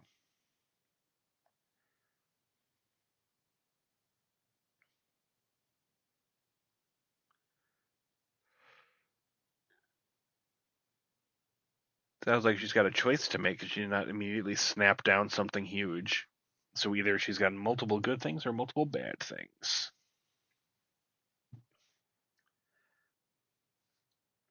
Double checking the cards in hand. What's useful to go with it? We've got Chameleon. And we're going to have 2 Sabsunins. Chameleon is going to be a copy of Sabsunin. So now she's going to have extra card draw on her turns. That seems pretty good.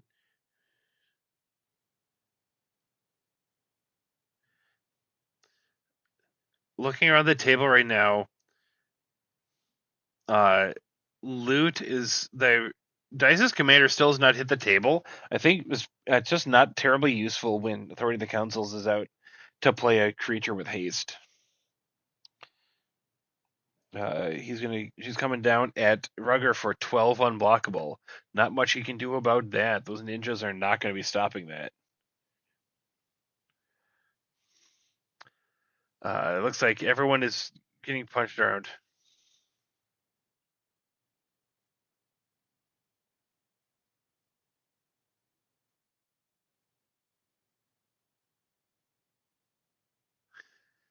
All right.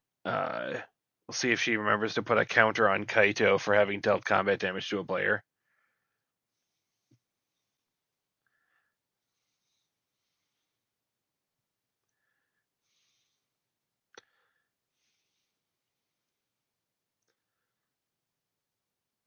All right. Nobody. Yeah.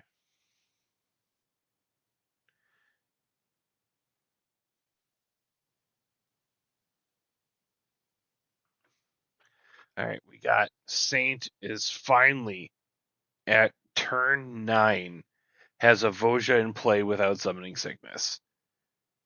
It's finally time for him to start playing the game of Magic. Let's see how he does.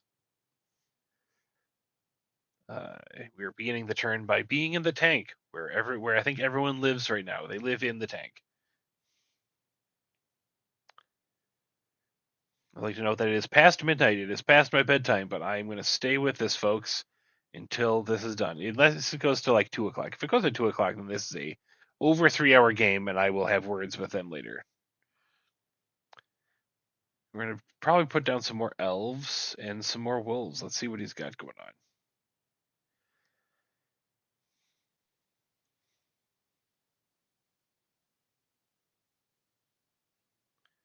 I believe that is a mana rock that has changeling, which is pretty cool because that means it is both an elf and a wolf.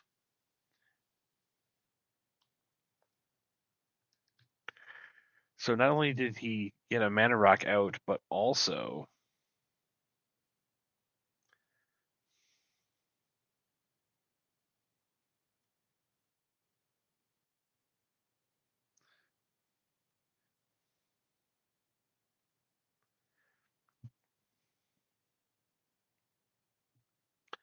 all right.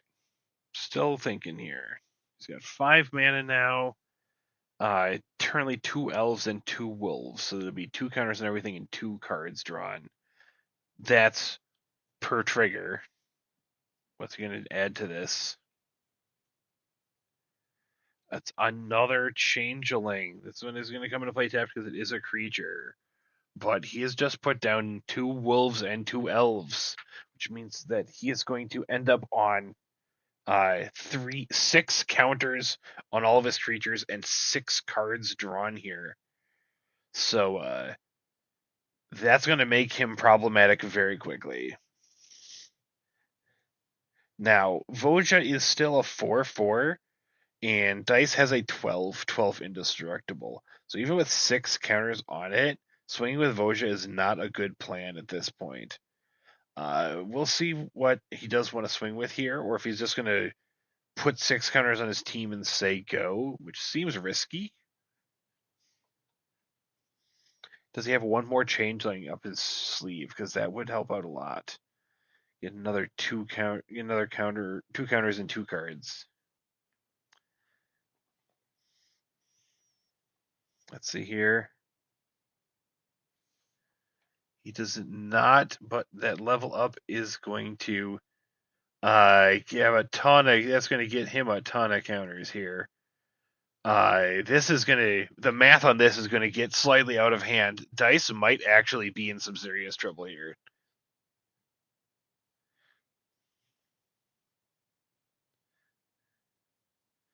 It does have 4. Voja is a wolf. We have.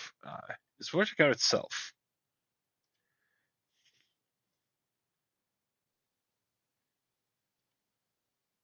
Voja does count itself, so he does have 4. He has 3 elves and 4 wolves. So that's going to be 6 counters on everything and 8 cards. Then level up does give the trigger to the creature, which means that it is going to trigger twice because if Annie joins up.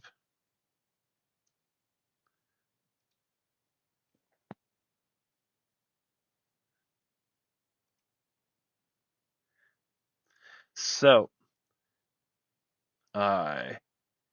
he's going to double the number of counters on it twice after he's put 6 counters on it, which means that he's going to be going from 7 to 14 to 28. He's going to be swinging at dice for 32 trample. She's going to have to put stuff in the way.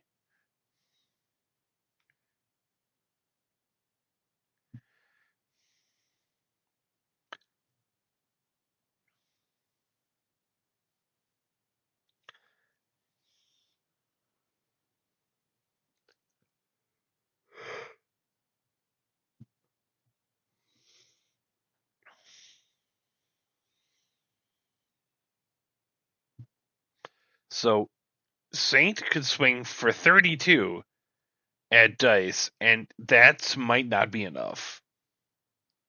We haven't done the math here. Dice does seem like she's going to have. It is possible that she could put most, if not all, of her board in front of it and kill the Voja.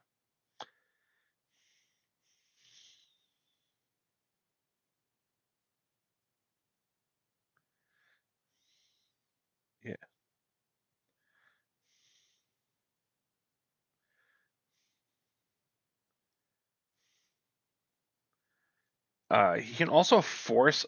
He can also force 2 blocks if he swings with Tolsimir.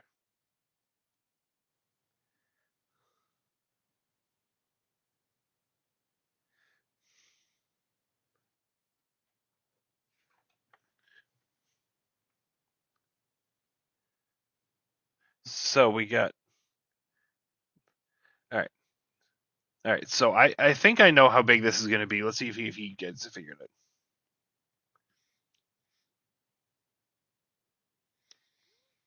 So.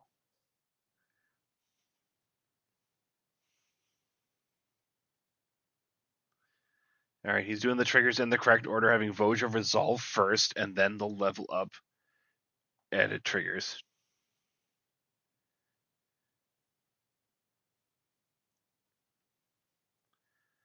He's going to do the math. He has 3 elves. So everyone's going to get 6 counters.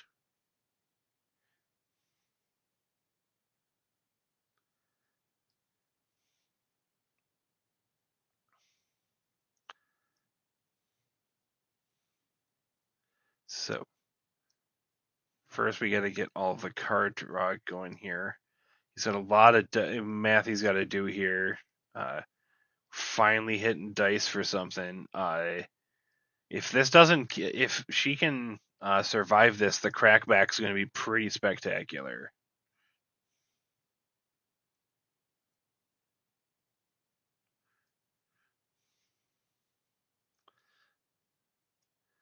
So he's getting 6 counters and everything, and then we're gonna double the Tolsimir and draw some cards as well, because he'll have 10 power.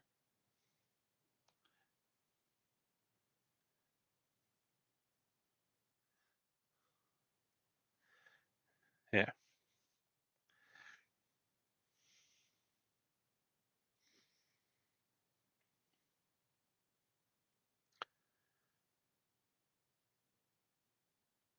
I was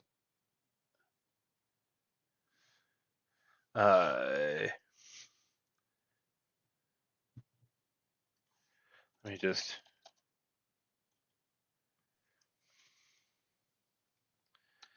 I was messing here.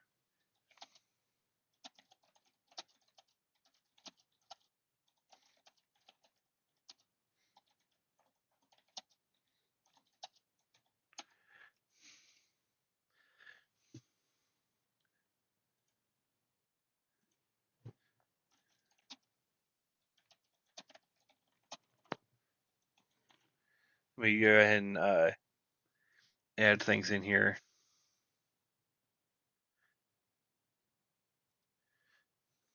Hopefully they see that. Poke them in multiple places to make sure Poja has the correct number of counters.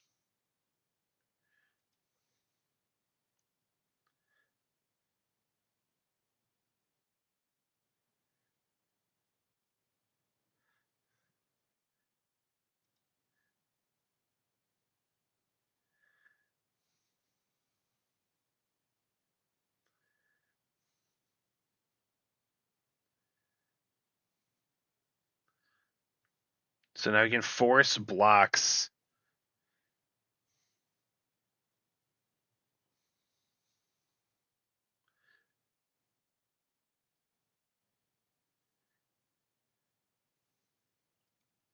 All right. Luckily, they're believing me rather than just yeah. He knows why. He's the other one, original encounter. They see what I was up to. Okay, cool. So right now, Tolsimir triggers off of whenever a wolf attacks. Let me just double check the wording here. Attacks.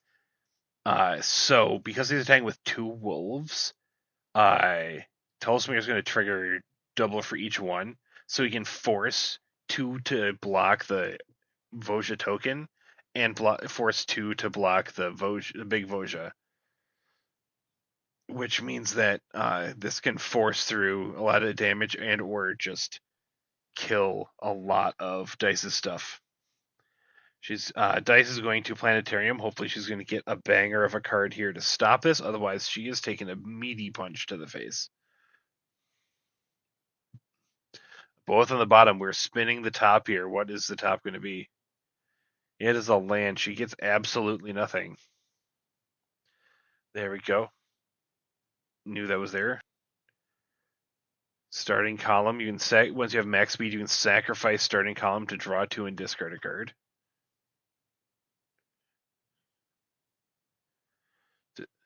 Yeah, she's looking for action. She's looking for things to save her.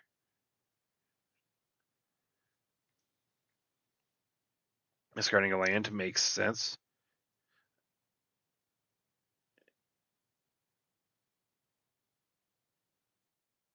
All right, now.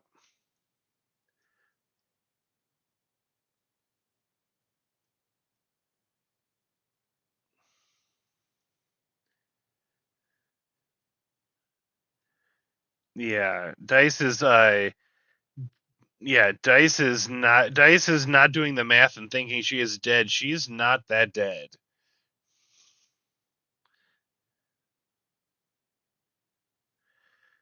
Yeah. All right. Yeah.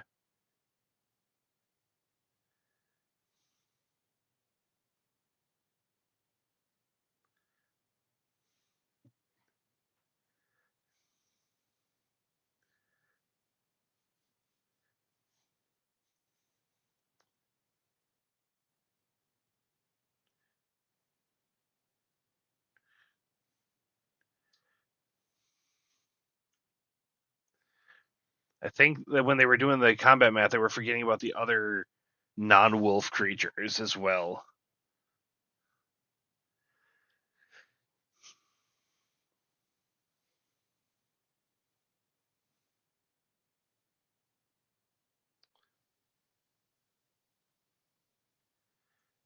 Yeah, the Voja Alpha Strike.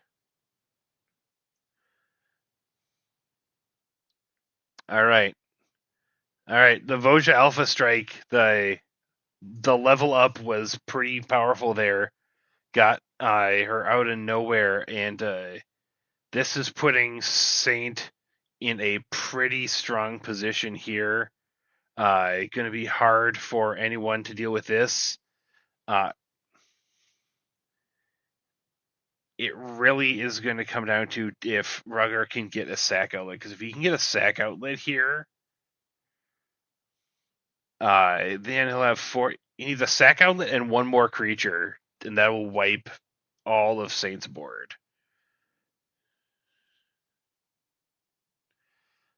Dice, of course, sad to have lost. She played a good game. Her board was absolutely disgusting, and I think if she had gotten to live one more turn, then the table was going to turn really quickly. That level up was really what did it there. Double trigger level up is not okay. That's quad counters.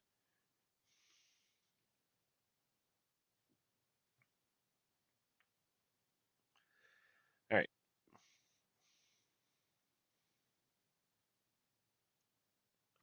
All right. Discarding lands and mana.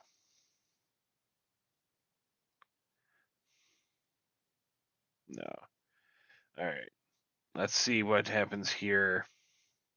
We are moving into the end game. If nobody can stop Voja, he is absolutely ruining people next turn. The Tolsamir triggers are really doing work right now.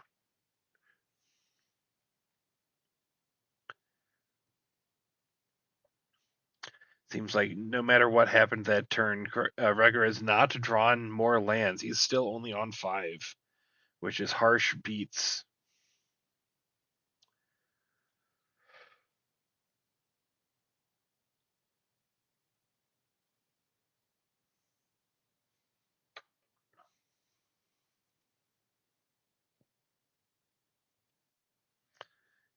Yeah, sounds like.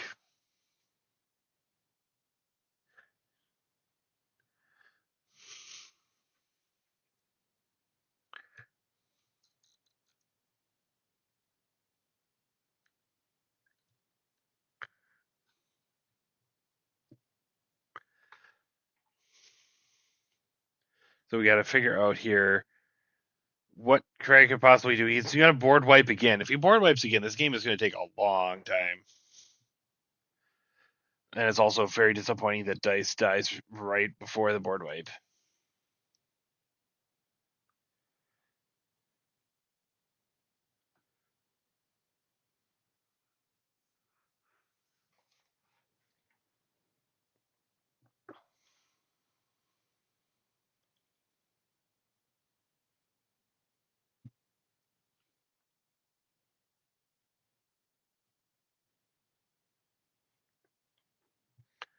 All right, he's got some.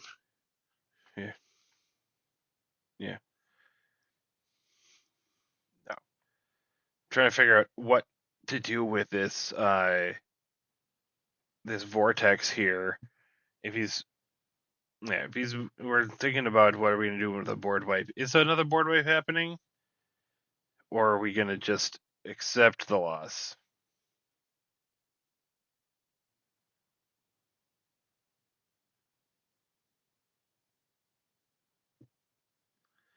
All right. Saint is attempting to politic that they should just let him win.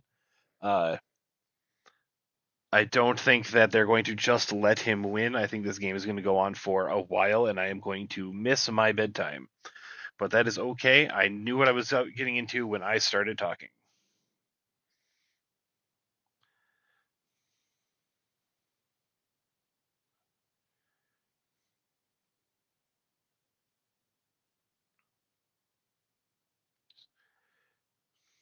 What are we doing with 4 mana here?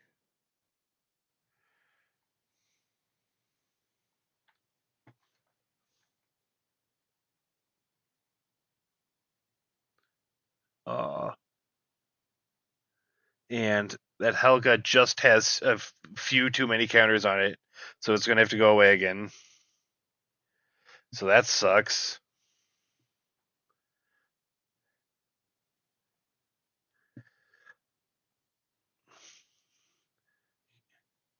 Craig has successfully gotten another point that doesn't matter because the points are over.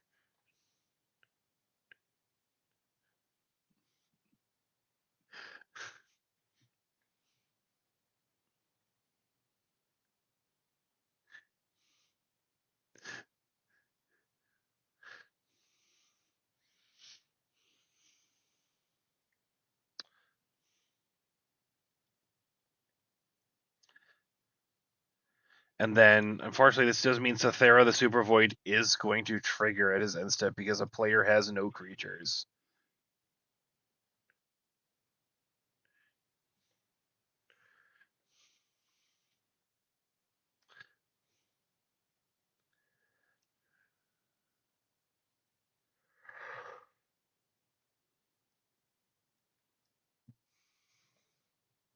God, I want to keep going, but boy, it is 12:30 and I am past my bedtime. I'm yawning here. I gotta stick with this. Maybe I need to go get a soda or something. People are talking to me in my head. They are uh, talking to me, but they are not going to be recorded on my recording. So if they talk in my ear, they are not going to be heard on the recording.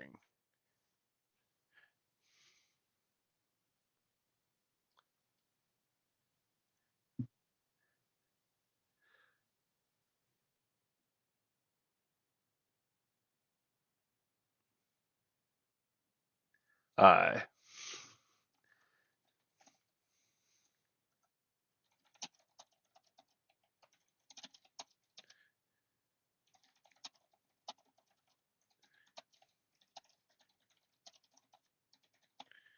all right, we've got Treasure Dredger. He's got a follow up of a guy. He can go ahead and punch Saint for 3 and 1 at issues. And then he's going to lose.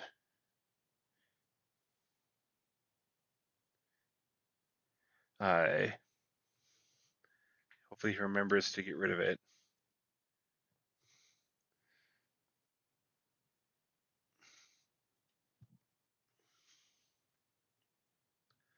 Yeah, they're reminding him that this Althera will be going away because the player does have no creatures.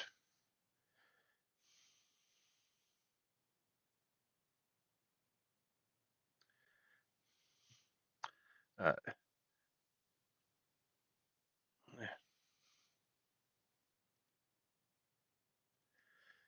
Saint has reminded him that this Althera does need to go away.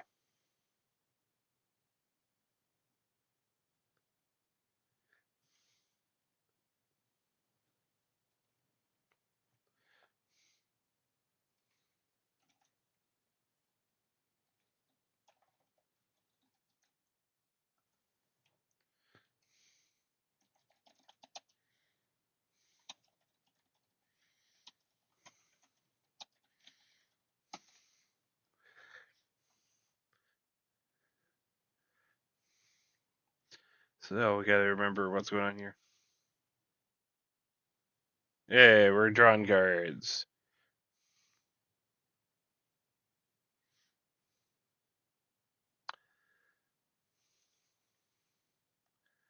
We'll see if people are paying attention to me when I remind them of things.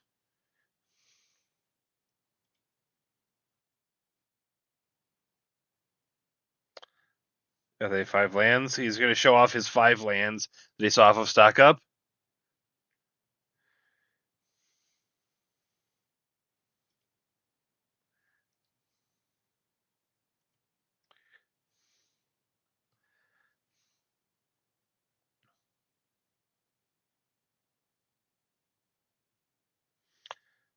Looks like people are not paying attention to me when I tell them things.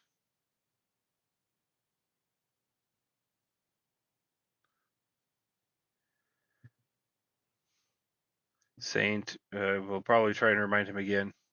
There we are. There we go. Now he's finally listening. All right, cool. Finally got that figured out. So look at those food tokens around from his turn 2 Lita. This issue is just going to spend 7 on a Helga and say go.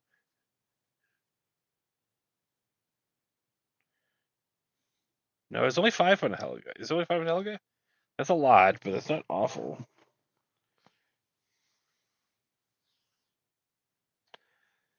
All right. We've got a tapped Helga. He has gained a point from having cast his commander twice. That's definitely how that works.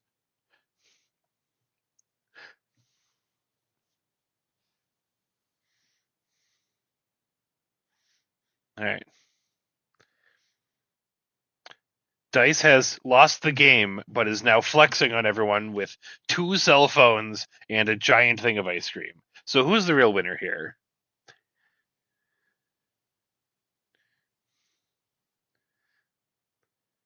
All right. All right. I'm going to see if I can follow along the commentary with just the sound while I go get a soda with my wireless headphones. Saint has drawn a card. What is he going to play with like 9 mana? Maybe 10. Boja costs 9.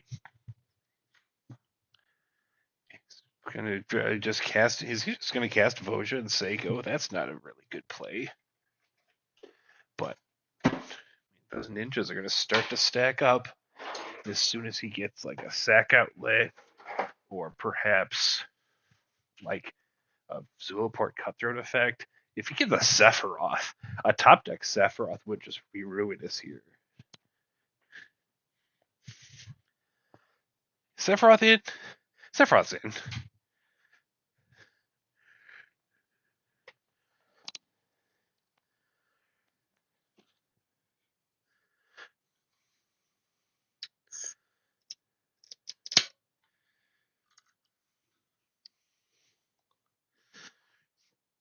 All right, he's played Voja.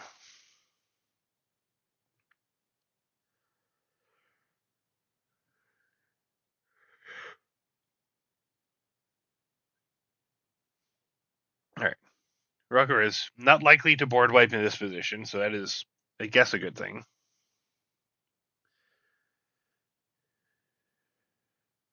Uh-oh. He has drawn what sounds like a good card. Let's see what happens.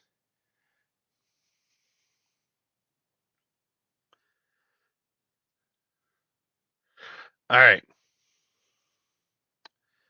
What kind of a card did he draw? Is it the Sephiroth? Because the Sephiroth would be wild here.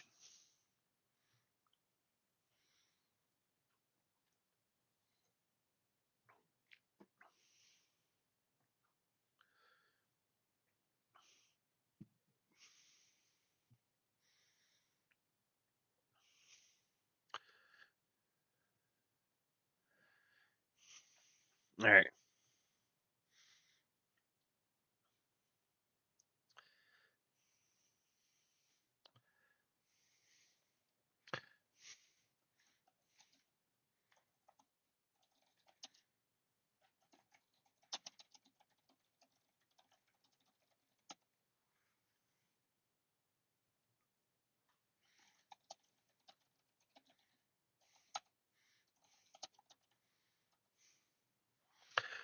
All right.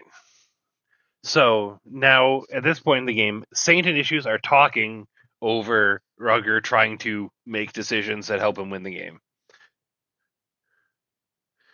So, that's how it is.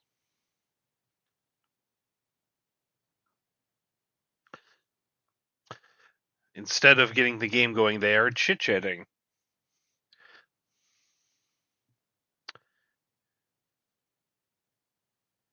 So.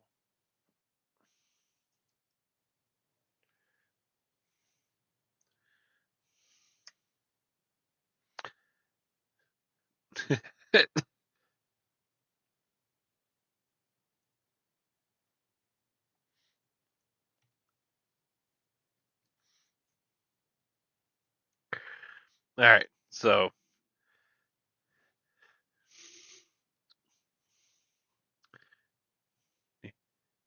So Rugger is currently worried about dying to Voja out of nowhere.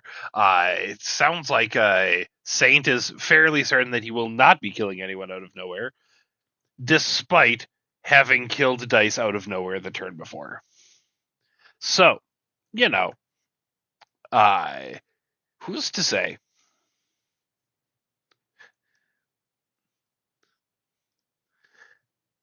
Mm-hmm.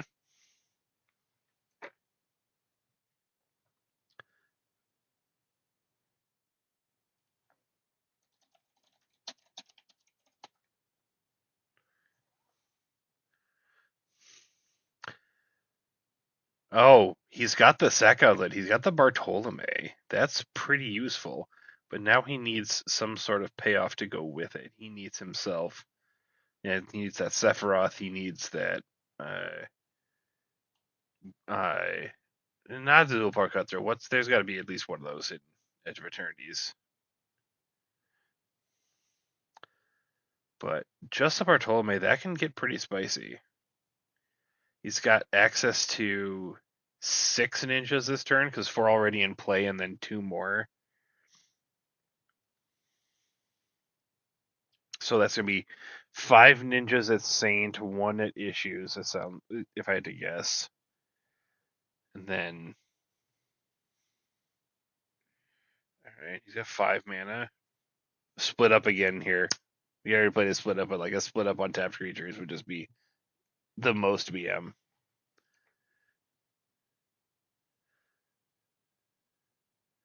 Ooh, Adept Water Shaper. What does this do? Other tapped creatures have indestructible. That's pretty cool. Oh, and he's going to be getting free tokens now at the end of his turn because he has Devotion to White and Black. His upkeep, he's going to get a free 4/3.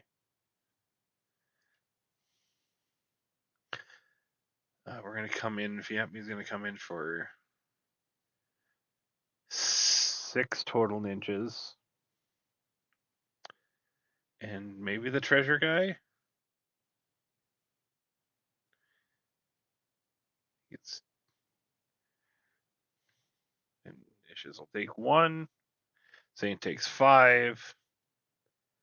We have a potential 8/7 Bartolome chilling there.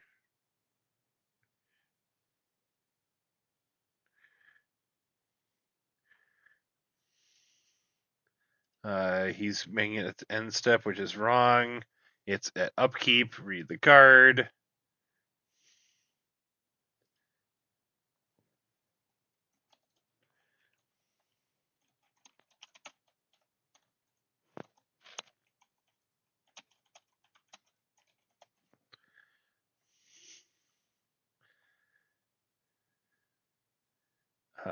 Hopefully he pays attention to me again.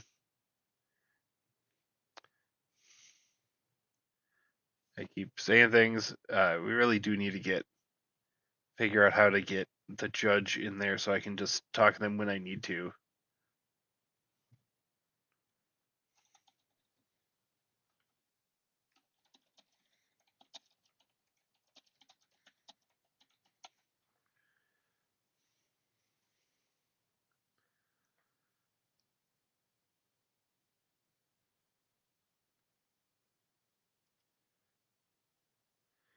Issues is back to thinking really hard. He's got, you got a bunch of mana, but no good cards in his hand, as it sounds.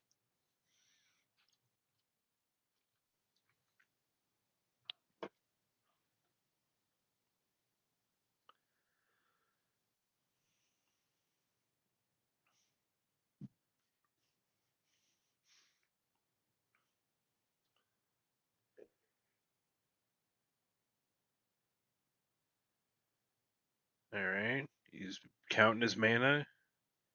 Looks like he's got 10 or 11. 5 cards in hand. I'm guessing a couple of those are lands from the way he's been talking.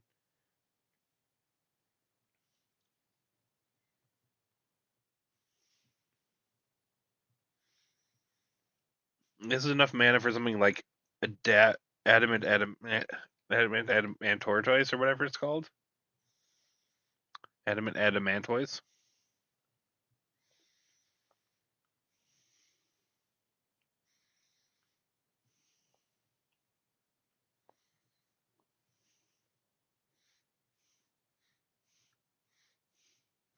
It looks like Rugger finally figured out that I was talking to him.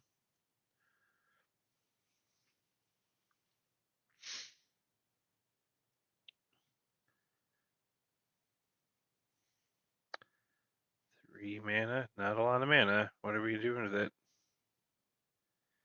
He's carefully selecting his lands as like he is curating them. Loading zone is in play. He's doubling his 1/1 counters now.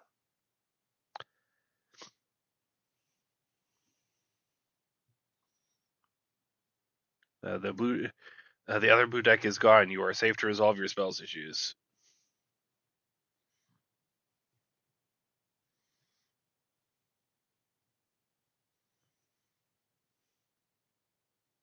Uh-oh. Issues is reading. Slow down, everyone. He's got to read his card. He's got a book. He's going to read.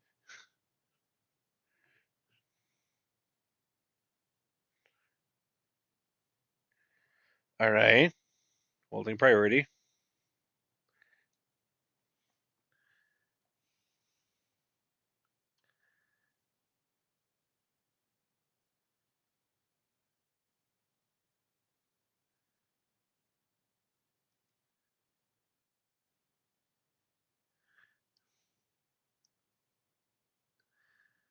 Yeah.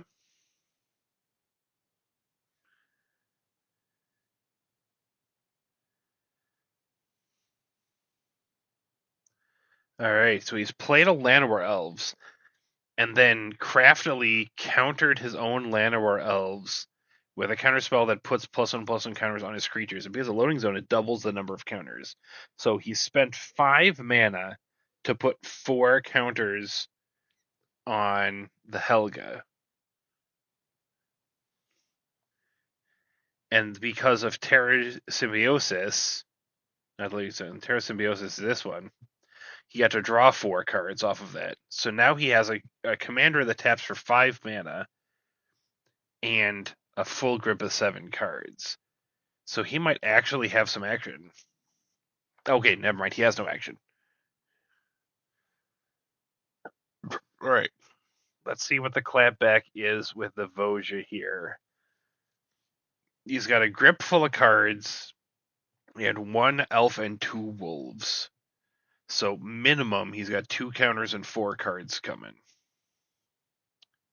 I'm guessing he's gonna have more than that.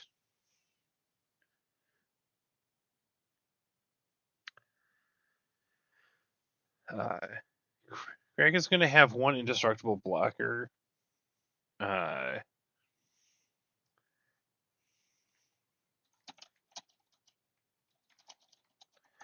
Voice of Victory. Okay, we are solving problems here.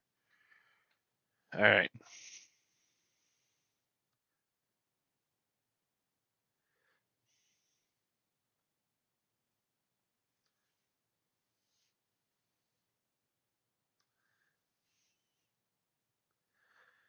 All right. Cool. So, Voice of Victory is here. No one can really stop it. So now no one's playing any more spells. What are we going to do about that?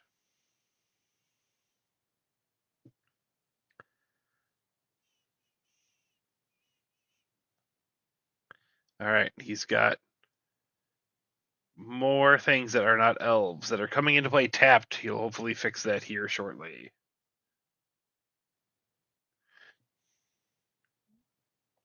The turn 11 Bloom Tender is really when you want to see Bloom Tender.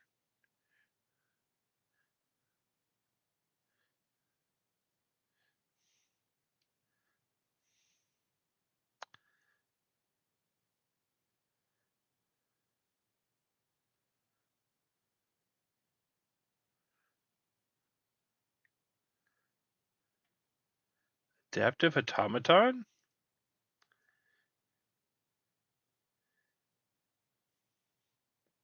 Was Adaptive Automaton in Foundations? It was in Foundations.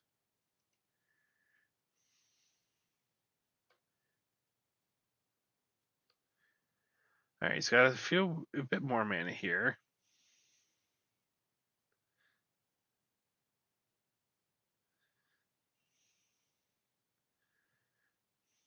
Dice is showing off that she doesn't need to win prizes. She already has turtle cards.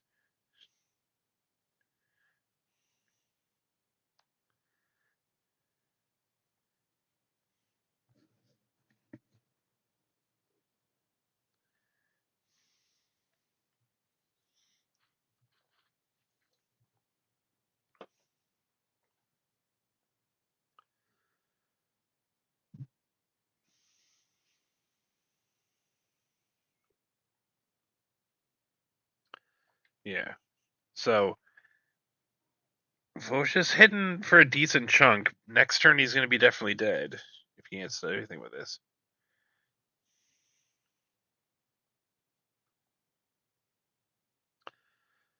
What's this now?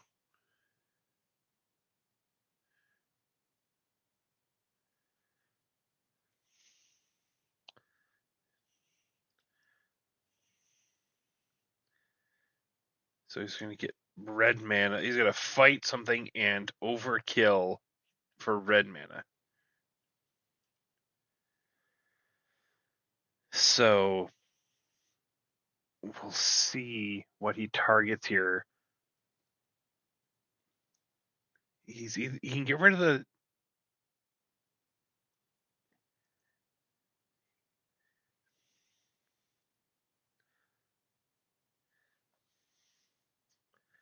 I'm surprised he didn't tap the treasure dredger there to make a treasure, because that would give it indestructible. But that's fine.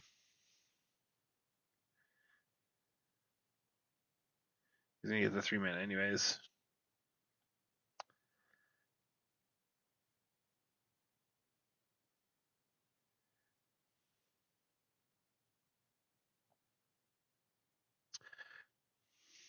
Oh my god, he's got a roaming throne.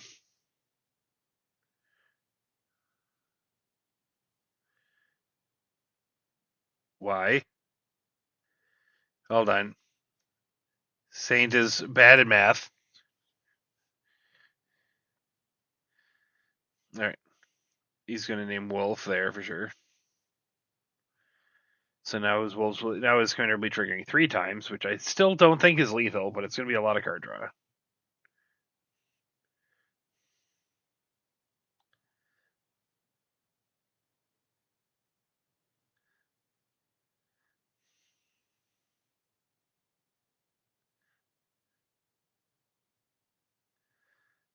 So we've got 2 elves and 3 wolves.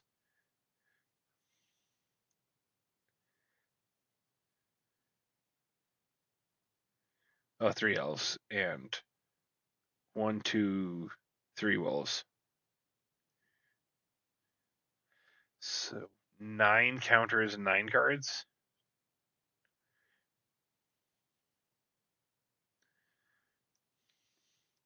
Yeah, this is probably fine. This is probably fair.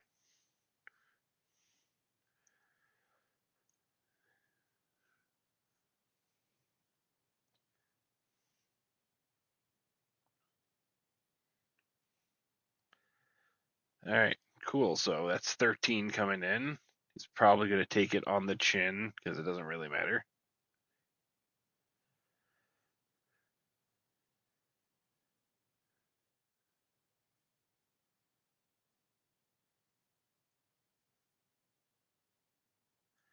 So now he's got all those cards in his hand. He's got the 1 punch.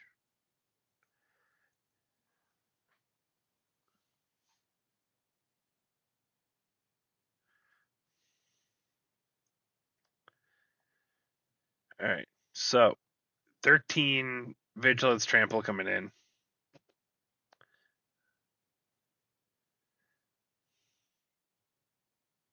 That is 13, Boja. He's bad at math.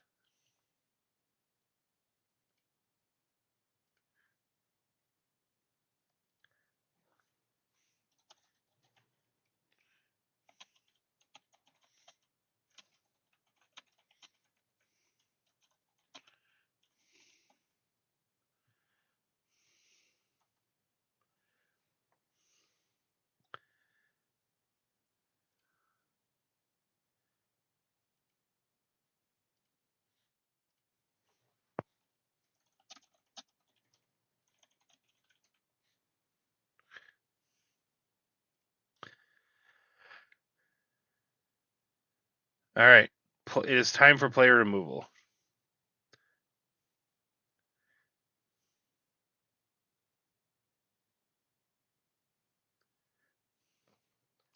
All right, so Rucker is discussing player removal, and with Saint at 34, we're going to see what he can do here. Sephiroth is pretty cool. Unfortunately, it's going to player removal. No, it won't. No, it's targeted. It's targeted. This won't player removal issues just yet.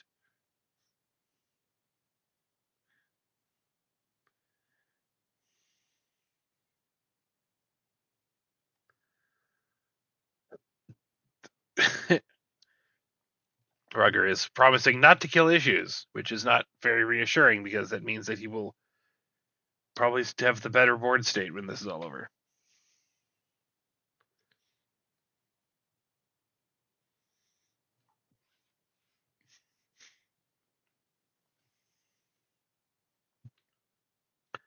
So,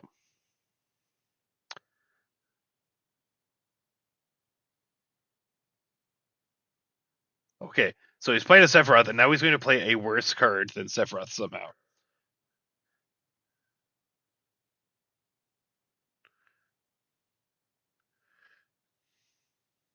All right. Is he going to sacrifice a ninja and draw a card? It doesn't seem like the worst idea.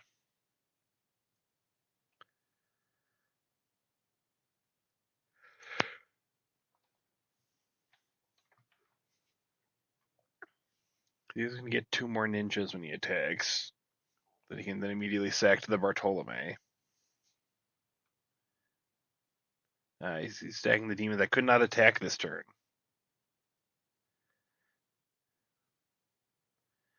then he's going to draw a card.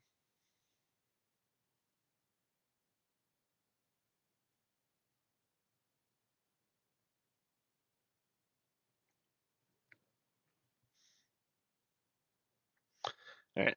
One creature dead for Sephiroth so far. If he gets 3 more, then it's going to flip. And that would be pretty nice.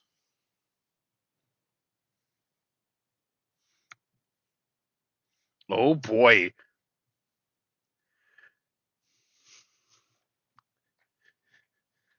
Oh boy, kin binding. So this card is not okay. I've run into this a couple of times here.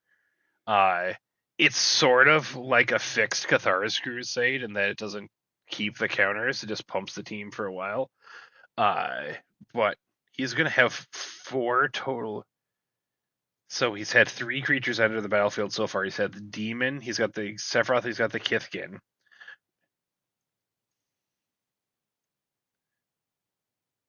And now when he attacks, he's going to get 2 more ninjas.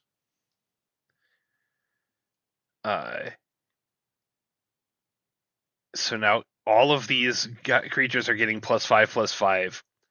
I think he's killing Saint here.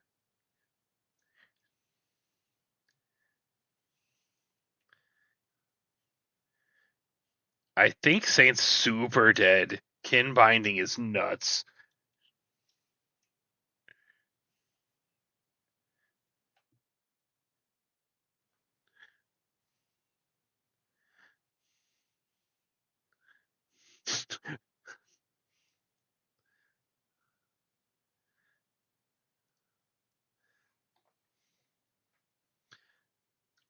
All right.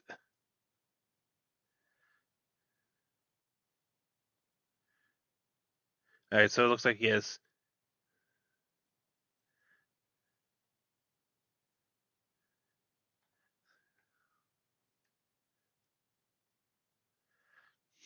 All right. All right. So what is Saint going to do? He's got 1 mana left.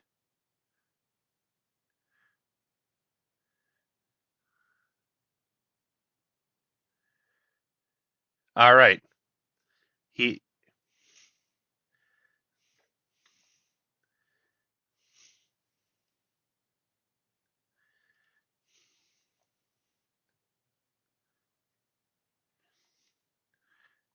So Saint has now played a card that is not real. He has played Agony of Defeat, which is a card that says if you would lose the game, you instead basically draw 4 cards and then show everyone how you would have totally won next turn.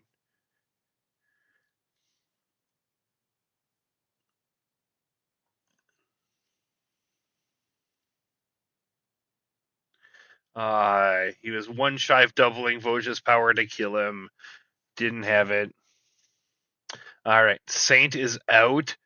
And realistically, I have no idea how Issues is going to win this game. I'm surprised that Issues is the one that's left standing.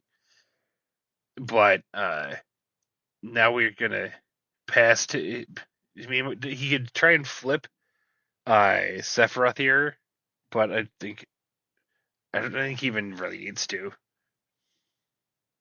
I think Rucker just passes here.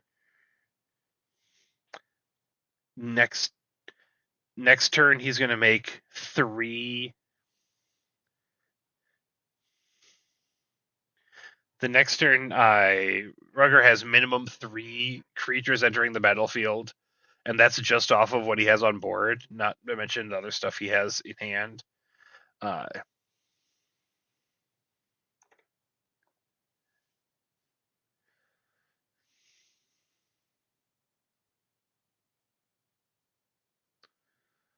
All right, Issues is attempting to cheat and catching himself.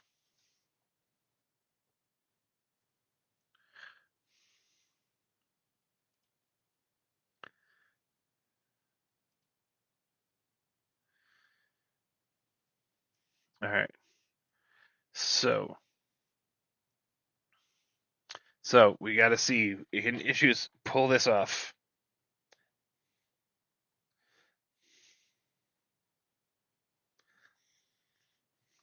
So the real problem right now is that Rugger still has an authority of the council. So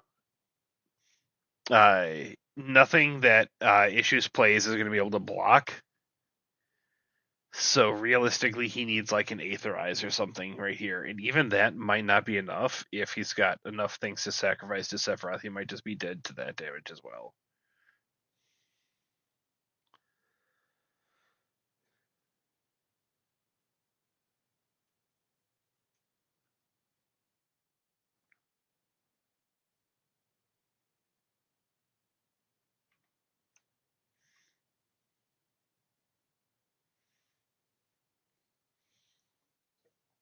A lot of thinking to do here. So what can Issues do to stave off a board that's getting +3/+3 and then the ability to sack 10 to 12 random tokens and then Sephiroth to the face? This is a pretty daunting situation. Even a board wipe here would not be great for him. I mean, it would be not nothing, but a board wipe here would put him way on the back foot.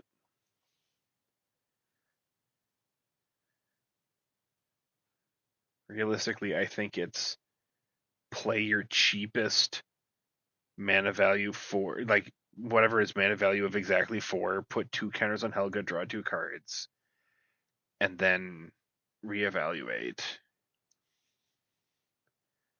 That's assuming he has a 4-drop in hand. That would be really nice if he had exactly a 4-drop in hand.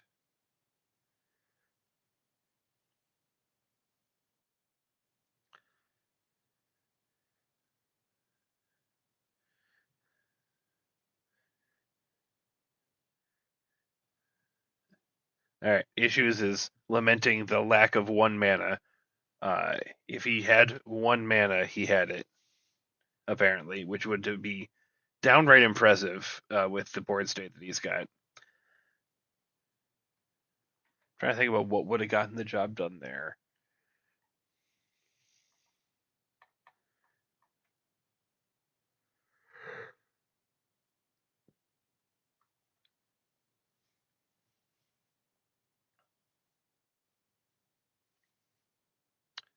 Alright, any second now, the game will finally be over and I can go to bed. Let's see what Issues can pull out here, if he's got anything for this.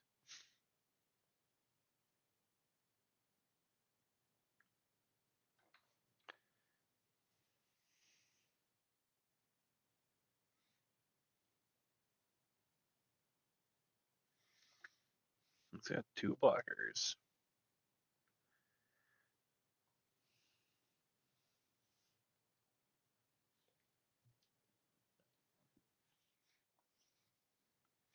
Alright, let's see if he can do it.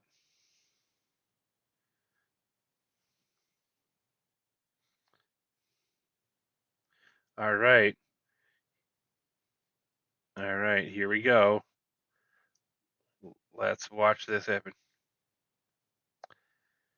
Alright, he's got a power doubler. Alright, he's doubling power.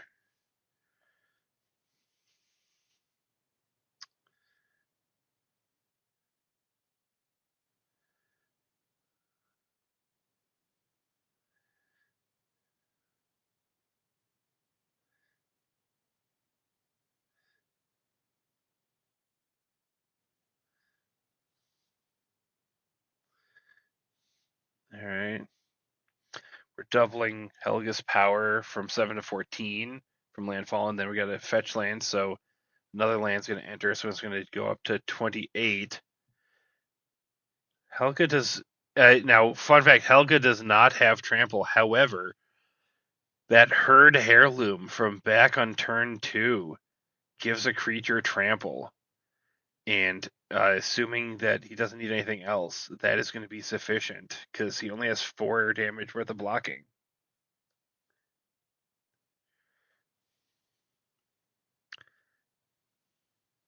Let's see what if he's missed the herd heirloom and he has another way to do this.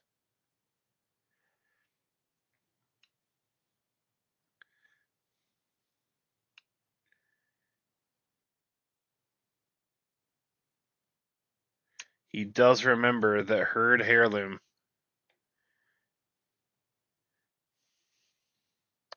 And that is the game. Issues pulled it off.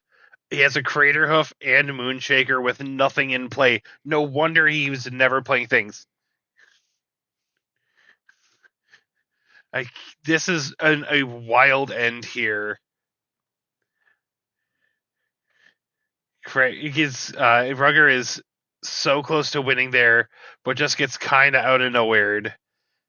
No one died from little pings. Everyone died from out of nowhere. This was a pretty wild game of haymakers.